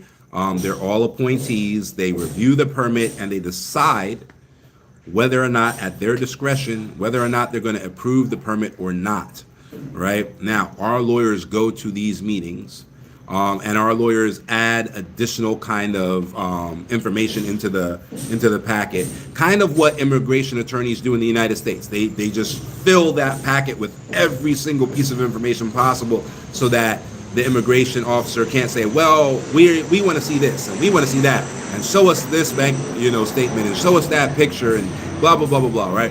So we overload that, and then we're there to like fight for the validity of our clients, right? And so because of that, we have always gotten a max permit for every single client. We have a 100% success rate with that. When that doesn't happen, when people try to do it themselves, typically what happens with that panel is they say, we don't know if this is real or not. We don't know if this person is just writing down all the things that they want to hear. We don't know if these bank statements are fraudulent, because how can we look them up? We don't have the right to pierce into somebody's private, bank account. Maybe it's the bank statement. Maybe it was, changed in Adobe or something, right? So they typically will give you 1 year. Now, the issue with getting 1 year, there's a couple. The first issue with getting 1 year is you don't qualify to bring your household with you. You have to have at least a 2-year permit to bring a container in tax exempt. So that's number one. You just lost that tax exemption. Number two is you would have to renew every year. If you ever lose a renewal, right? Like if you're ever denied a renewal, your time would start over. So if you have to renew every year because you were only given a 1 year permit, that means you have to renew 6 more times before you get to your 7 year. And if at year 5 they deny your renewal, you start all over with your 7 years, right? Horrible. So the benefit to getting a max permit is that you would only have to renew twice. So that the odds of you, missing a renewal or being denied on a renewal are dramatically reduced, right? So the max is a 3 year permit, which would give you 2 renewals. So it'd be every 3 years. The minimum would be a 1 year permit, which gives you restrictions, on like importation and all of that. And there's a much higher chance that you'll be denied one of the renewals. Oh, the cost is the same. The cost is the same every renewal. Yeah. So there's no like reduction in cost. The cost is the same. What there is there's an issuance fee. The majority of the money is the issuance fee. So what they charge is they charge 250,000 Kenyan shillings, not dollars, 250,000 shillings per year issued. right? So for 3 years, that would be 750,000 Kenyan shillings, right? So that's in the neighborhood of like $6,000, right? So that's just the issuance fee. That's not the application fee. That's not, you need a security bond. That's not the security bond fee. That's not any of the other fees associated with the governmental process, right? And that goes directly to the government. All of those fees go directly to the government. So you're already at 6 grand just for the issuance fee, right? And so the total price of the service is typically 10,000. That covers everything, including the security bond. The purpose of the security bond is so that if anything happens during those 3 years, you at least have a ticket home, right? So that's what the security bond is for. I guess they were having issues back in the day where people would come in, they would qualify, 2 years down the road, everything would go upside down, and then they'd be stuck here. They didn't even have the money to go home. And so the surety bond ensures that like you're covered, that you can at least get a ticket home, blah blah blah blah. So that it's a requirement of the permit. So all of that stuff, is are technical pieces of the permit that get added up, and so it runs about 10 grand every 3 years, and then on that last year, we can actually opt it for one, right? Because the first time you renew, you're getting 3 more years, right? That's 6 years total. You only need 7 years to go ahead and get the dual citizenship. So on that second one, that's when it can kind of be reduced, and we can try to get them to give the 1 year, and then during that 1 year apply for either permanent residency or apply for dual citizenship. So it's better to get the trust and have the trust by the infrastructure. It's not necessarily better. The only difference is where the money is going and what it's being used for. So it depends on your plan, right? If the money in the bond is supposed to be used for generational wealth purposes, then yeah, why not have the trust buy it, right? But if you're bond laddering, so people who relocate and then they bond ladder, what the bond laddering is for is to cover their basic expenses. So they want that money. They don't want that money going into a trust, right? So for those people, they're going to keep the bonds in their name because the payments coming out of the bonds are designed to cover their basic expenses for the next 20 years, right? So if that money goes into the trust and it's a generational wealth trust and they're not the beneficiary, they might be the trustee, but that creates maybe a different problem depending on their personal situation, but they're definitely not the beneficiary, right? So they're not getting that money back out if they put it in the trust. That money is for like their children or their grandchildren. So if you're bond laddering to cover your basic needs, then you would want that in your name, and you'd want those payments to come out and do just that, cover your basic expenses. If not, if you're just buying bonds as a great investment for the future, then yeah, you can put them in the trust.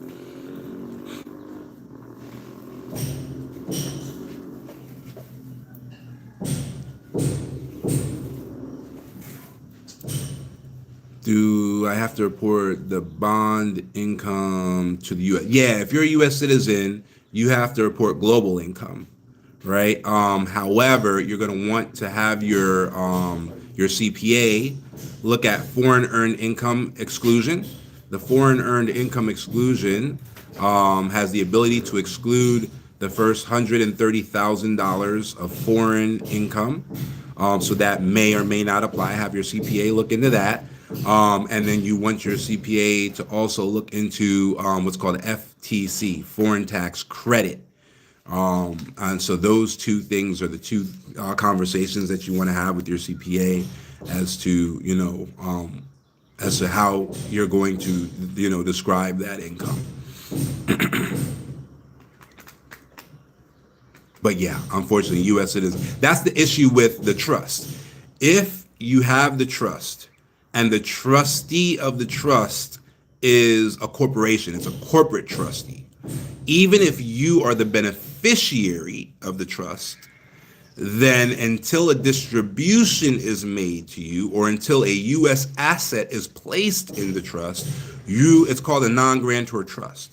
So then you would go to your CPA and you would, have them look over the trust and all of that. And then if your CPA agrees that it's a non-grantor trust, you do not have to file anything with the U.S. government until there is a distribution from that trust to the trustee, right? So you would want to go to irs.gov and in the search bar, just type in non-grantor trust and see what it says, right? But if you are the trustee of the trust, all of a sudden now you have to make these IRS filings. That's not necessarily a bad thing. It's just something you have to talk to your CPA about and your lawyer about to make sure that it matches your tax situation, right? If it matches your tax situation, then great. You go ahead and make your filings.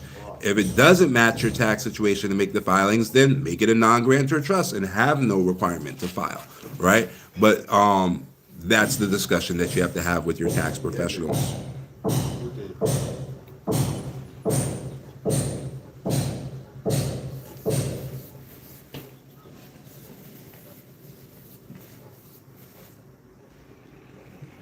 Yeah, it's called the foreign earned income exclusion, Susie.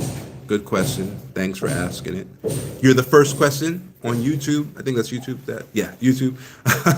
I'm live on YouTube, TikTok, and Facebook right now. But yeah, it's foreign earned income exclusion, and the other one is foreign tax credit. So you want to look at those two things.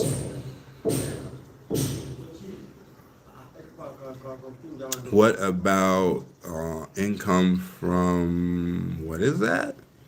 Oh, is that supposed to be short-term rental?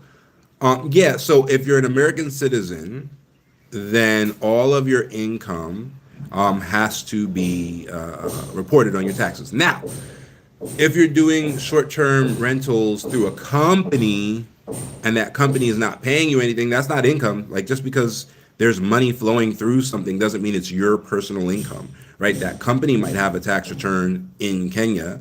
And I just saw something, I can't verify that it's true, but I literally just saw something last night where the Airbnb app is now asking for tax information to even let you list an Airbnb, which is a new development. Again, I'm not certain how true that is, but apparently now while you're setting up the app, it is pushing you to comply with whatever the government is asking you to comply with. So there's that. So the issue really becomes like when you're doing something remote, you really want to have a solid remote team. Sometimes it means that you have to pay a premium, right? We do see, people sometimes struggle with that, or we do see people kind of pinch pennies and then it comes back and bites them in the butt. But you can only advise people so far though, right? So that's essentially how that works. Hopefully I answered your question. Let me know, Susie. If a business in Kenya with 100% shares, can the business buy if I have a business in Kenya with 100% shares, so you own 100% of the business, you own all of the shares of the Kenyan business, okay. Can the business buy the bonds?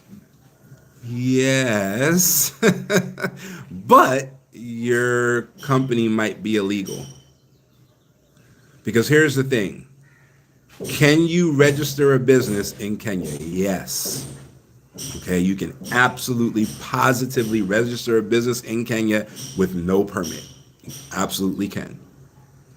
However, if you registered a business in Kenya and you do not have a KRA pin, a personal KRA pin, you do not have an investor permit, you can register the business and operate illegally. There's no procedural step that's going to stop you. They also don't put up a disclaimer that says, okay, you can create this business, but if you operate this business without a permit, you are in violation of the Investment Permit Act, right? So you could create a business and have that business, rocking and rolling, and you're operating and you're buying things like bonds, and in all actuality, what you're actually doing is operating a business illegally.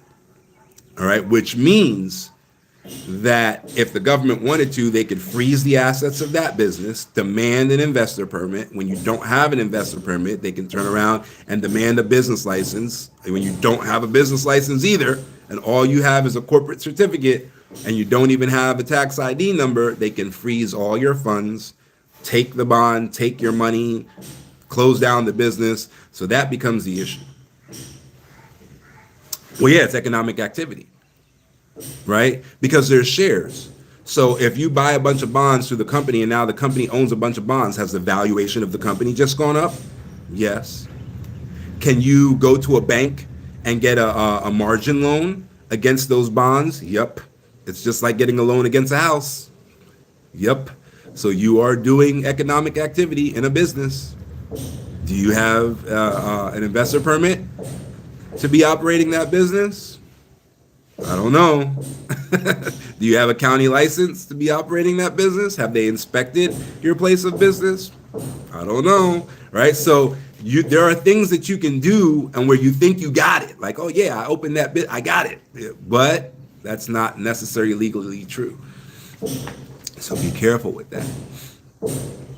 And that's what happens when folks kind of take on locals, because locals are very comfortable as a citizen of Kenya, paying a bribe, not doing the right thing, not having stuff set up. They got a cousin that works in KRA, whatever. Locals will do things differently. But when the government sees a foreigner involved in that business, it won't work out the same way. So the local will think they got it figured out, and they might be right if it was local. But once they see a foreigner attached to it, it don't work out that way, right? And so, and I'm sure you've seen this because I know you're here in Kenya. The locals will quote you this crazy low price, and you'll be like, oh, of course, let me take the low price. And a year later, you're screwed, right? And the government is breathing down your neck, and everything just went upside down because you're actually not compliant. So you gotta be careful. If you're running anything with a local, you got a local girlfriend or something like telling you, yeah, you can do this, go open a company, go do this, right? It doesn't work the same for foreigners. We got to be compliant. They can kind of bribe their way out of anything. What if the business has a carrot? Doesn't matter. Doesn't matter. The business has to have a PIN and the owner has to have a PIN. If I'm a dependent, yes, because you own 100% of the shares. So yes, if you're a dependent, you need an investor permit. If you're operating, right? And it's a roll of the dice to not operate. That's number one, because you still got to do a tax return every year, even if it's a nil return, right? So there's that. But yes, you need an investor permit. If you own a company, and you're not a Kenyan, you need an investor permit. Or you need to transfer those shares. Like if you're a dependent, that typically means you're married. So if you're actually married and you have an actual like marriage certificate, then you can, give your wife the shares, and then she's compliant because she's a Kenyan, right? So she does have a KRA pin and all that stuff, and she can operate and all of that. And you can even do an actual agreement, like a partnership agreement, where you're what's called an LP. So you're a limited partner. And you're the one, who gets the capital gains, right? So you can even do that and have some kind of agreement in place where it's kind of known that you have a capital interest in that business, right? There are also other things you can do to kind of safeguard your investment and all of that. But if you don't have an investor permit, then you cannot operate a business legally. And you won't get caught right away. That's the most diabolical part of it, right? They might have already noticed that you have a company and they're watching, but they won't run up on you right away. They'll typically wait until you make money, and then they'll freeze that money, and then they'll try to like deport you or whatever, and then they get to keep the money, right? So they'll typically wait until you're killing it, but you started the wrong way. And then they'll pop up out of nowhere and be like, a lot of stars and stuff going on in that comment. How are you? Kenyan businessman asking about foreign tax credits. Yep. Yep. Definitely. Always ask your CPA about foreign tax credits. Always, always, always. There's also something called DTAs, right? And sometimes they're called DTAAs, right? And so when you're dealing with a DTA or a DTAA, what you're dealing with is a dual tax avoidance agreement. And so those agreements are sometimes set up between different countries to make sure that citizens of those countries aren't double taxed. I don't think there is one between the United States and Kenya, but for our UK clients, I'm pretty sure there is one between the UK and Kenya. And then for our trust clients, there are other jurisdictions that we use for different types of trusts that do have DTAs, like Mauritius and Seychelles, I think, might have one as well. So yeah, always ask about that. That was a great question. Oh, that was the TikTok AI. That wasn't even a question. All right, AI.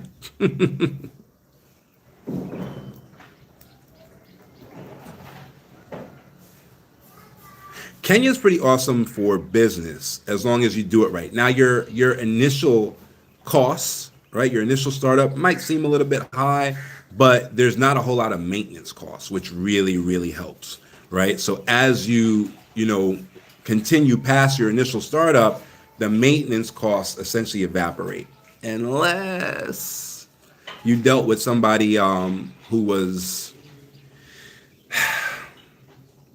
There are different mindsets to business. Let me say that, because let me not go as extreme as I was about to. There are different mindsets to business.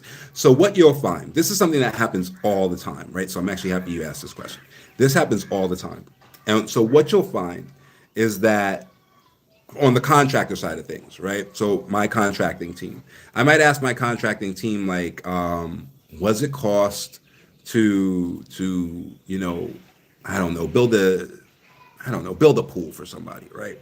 So my team will come back and they might say, all right, to build a pool, it's going to be $12,000, right? All right, fine.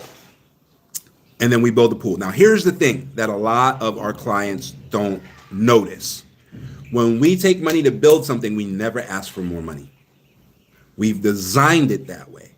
That is not normal. Anybody who has done construction anywhere in the world, not Kenya, anywhere in the world, knows that things happen, right? For us, not only do we not ask for money, we typically add gifts, right? So we'll give some free air conditioners, or we'll give some free electric fences or something like that, right? We typically add gifts to it. We never ask for more money. Okay. But that is not standard in construction. Any construction worker, any contractor, anywhere in the world will tell you that you need to have extra money because things happen, right? When things happen with us, we eat it. We pay out of our own pocket, okay? Because there's enough concern about, scammers and blah, blah, blah, blah, blah, blah, blah, blah, blah, and that bad reputation in Africa that we just eat it, right? Okay. So what'll end up happening is there'll be some local person who has some ulterior motive, who'll pop up and be like, ooh, I'll do the pool for $4,000. $4,000, that's a $6,000 difference. I'm gonna go with the $4,000. Cool, go for it. So then what'll happen is halfway through that, they'll say, the ground, there was a sinkhole. So while we were building the pool, the sinkhole fell and it broke the concrete. And sometimes that happens. We just pay for it when it happens. We do not ask for more money. We handle it. They're going to come back and be like, yeah, the entire pool slab broke. So it's now another $4,000 because we had to start from scratch and we have to fill in the sinkhole, right? And then we have to come with a compactor and make sure that the ground is stable. And then we have to bring out an inspector from the county and make sure that the county signs off on it. So it's $4,000 for the work again. And then the inspector and that's like $2,000. Where are they at now? Right back to $10,000. And the pool's not done yet, right?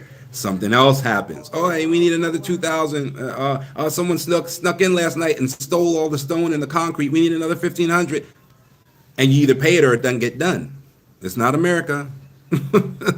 You can threaten all the lawsuits you want. We're an American company. You can hold us accountable. You can't hold them accountable, not a local.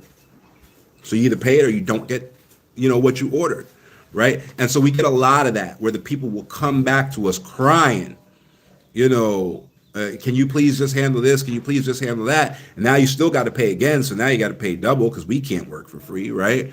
But then they get it like, oh, this is the way to go because I'm guaranteed what I ordered versus, one of the worst things in the local business mindset and in the local business culture is people will not say no. They will not say, I don't know how to build that. They will not say, I don't know the regulations. I just bribe people when they show up. They will not say, I got to figure this thing out. And I'm essentially charging you to help me figure out how to do it. They'll just say, yeah, I can do it. And you can go to any random person on the side of the street. Can you build me a house? They will absolutely say yes. There's a random person on the road. They won't say, I'm not a contractor. They'll say, yep. And then they'll try to figure it out on your money as they go along. It sucks, but it's a very common local mindset.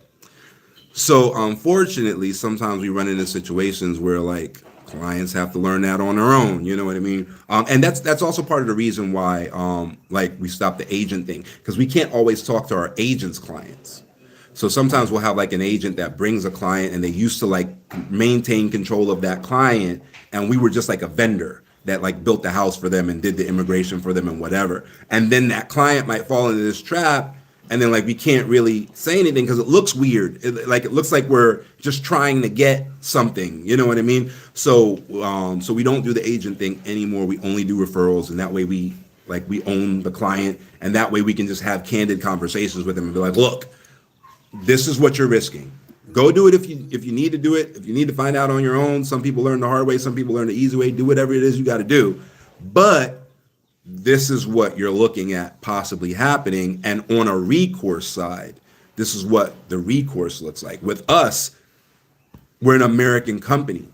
So you can just haul us into your local court. You don't have to come to Kenya. You know what I mean? You can keep us accountable, which has never happened. Right. And in America, obviously, you can just check that. You can check Better Business Bureau. You can check, court file. You can just look. We've never been hauled into court. We've never been any of that stuff because we do good business. But it is sad sometimes when people get caught up in just price, and a local will always say that they get underbid. Always. And then they'll just get, messed up because that local may not know how to do it. They may know how to do it. But because you're not there watching, it becomes a problem. People are stealing concrete, people are stealing sand, they're stealing bricks, they're going to build their own houses, on their own properties and all of that with your supplies. And then how do you prove that? Like, what are you going to do? Like, you manage a police investigation from New York City, you know what I mean? Like, if they say they showed up to the work site, somebody jumped the fence and stole all your stuff, yeah, there's a police report, but they ain't never going to catch nobody. And then what? You know what I mean? So it boils down to always, and it doesn't have to be us, right? But always like work with somebody that you can hold accountable so that you make sure that you get what it is that you're actually asking for. All right. That was a lot. I hope somewhere in there I answered your question. Hey, Joseph, how are you?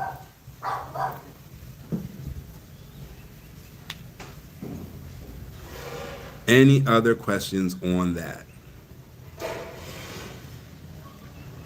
Or any other questions, period, on Kenya, how to do business out here, what it's really like? Any other questions on that?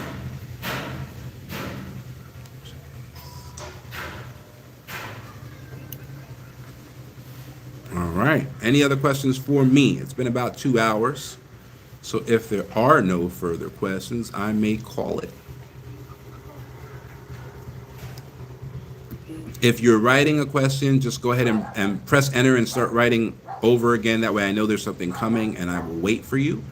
Or if you want to ask a question, just throw a 1 in the comments and I will wait for your question.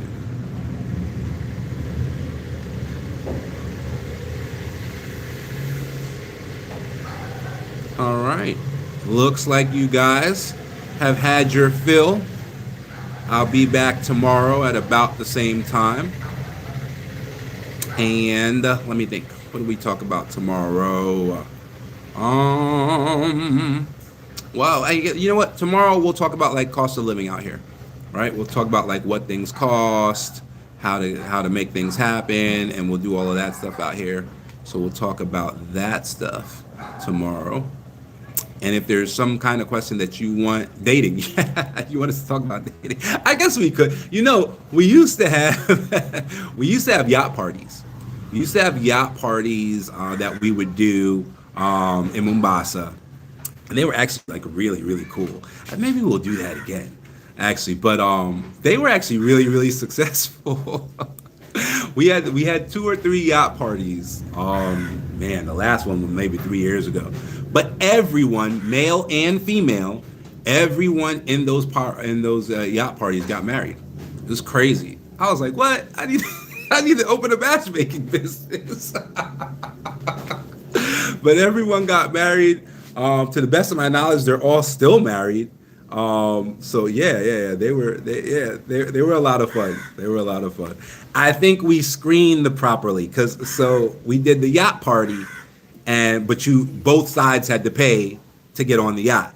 So if you couldn't afford to get on the yacht, then you weren't in the prospective pool, you know. And I think that's what helps the ladies. I think men were a little bit different, but the ladies, they typically need the man to be at a certain income level, So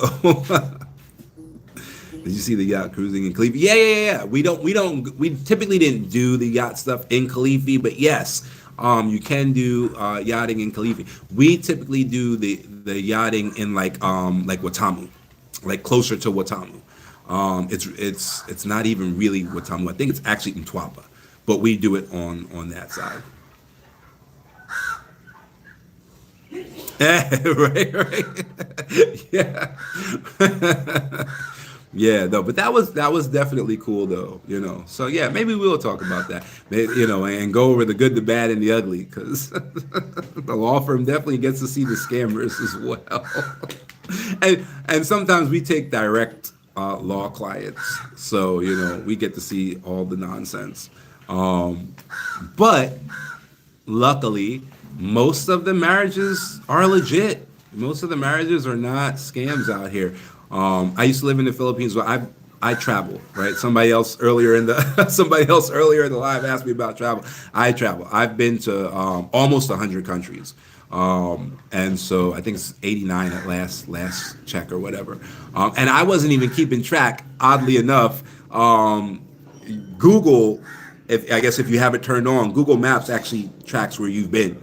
And so I opened my email the one day, and I got an email from Google Maps that was like, "Congratulations, you've been to 89 countries and like 12,000 cities or something like that." I was like, "Holy shit!" So yeah. So I've definitely been in the Philippines where it was like 80% scam, Colombia, Medellin, all of that stuff where it's like 80% scam. But oddly enough, just based on like the divorce and the separation statistics that we see in our law firm, at least, they're pretty much legit, marriages, and even when folks leave the country. Sometimes you see an uptick in scam, like when they go to the United States or whatever. But it's been pretty consistent on the Kenyan side, so it seems as though it's relatively safe to do that, actually. So yeah, I don't know. We'll think about it. We'll think about doing another yacht party, singles yacht party, and see how that plays out. We normally do them around April. So we normally do them around like when there could be like a spring break type of situation going on, Easter, like an Easter break, because a lot of folks were like grad school level, so they needed that break from school to be able to come out and kind of just relax and whatever. So we do a dolphin safari. Typically, we go to Wasini Island.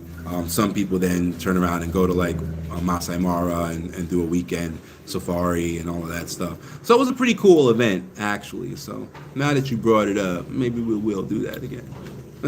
How many of you guys would be interested in that? How many guys are interested in a singles yacht party on the coast of Kenya? I know Book of Vibes is.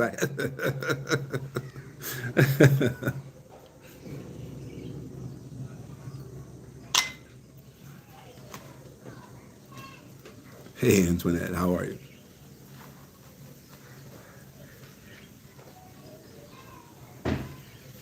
Oh, you were at the Rodney. Is Rodney your actual name? I don't remember Rodney being at the last one. Oh, RJ. Oh, RJ stands for Rodney James. Wow. Yeah, yeah, yeah. I remember you. Yeah, yeah, yeah. How is everything? Yeah. Oh, that's awesome. That's awesome. Ah, so you're watching on Facebook. All right, cool, cool. Yeah, that was a good time. Definitely a good time. A few years back. Yeah, yeah, that's awesome. You should let me know who you were, man. How are things? Oh, that's awesome too. All right. How old? Ah, it's the same age as my son. He's about to be 19 months, but yeah, yeah, yeah, 18 months. That's awesome, man. I love it. You gotta come on. You gotta let me interview you or something. We'll see. We'll see if we do another one. Maybe we'll just do. Maybe it won't have to be singles. Maybe we'll just do a yacht party, and then because remember we had the two different boats last time. Maybe we'll do that. Maybe we'll have a open yacht party on one boat, and then like singles can go to the other boat. So then maybe like some of the families from the past can like show up, but be on the family boat, not the singles boat. All right, cool. Yeah, yeah, yeah, cool, cool. Yeah, we'll definitely make it happen. You get like emails from me, right? I know I don't send a lot. I send like one email every 3 months, maybe every six. I don't like spamming people. You know what I mean? I don't like bothering folks. I hate to be bothered. You do get them. All right, so you're on the email list, so you'll know. You'll know. All right. Yeah, no, definitely thanks for identifying yourself. All right, guys. Any other questions? Anything else? Nothing else? We're all good? Nothing else? All right. Just throw up a one. What did? Oh, right. Sorry, he's on the Facebook Live. RJ was just saying that he was at the last yacht party and it was a blast. He's still married and they have a daughter now that's 18 months old, which is awesome because my son's 18 months old. So, and RJ, you guys went back to the United States, right? Like you're not in Kenya, are you? Hopefully he's still here. But yeah, that's what he was saying.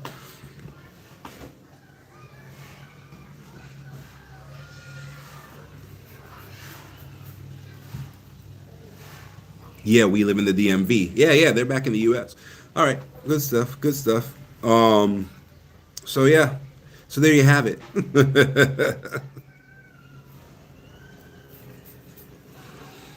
All right, guys, if there's nothing else, it has been a fun 2 hours. Maybe we'll talk about dating tomorrow. We'll see. We'll see what happens. But I will be back on same time ish, same place. And we'll be talking about Kenya some more. All right, guys. Talk to you soon. And thanks for hanging out with me.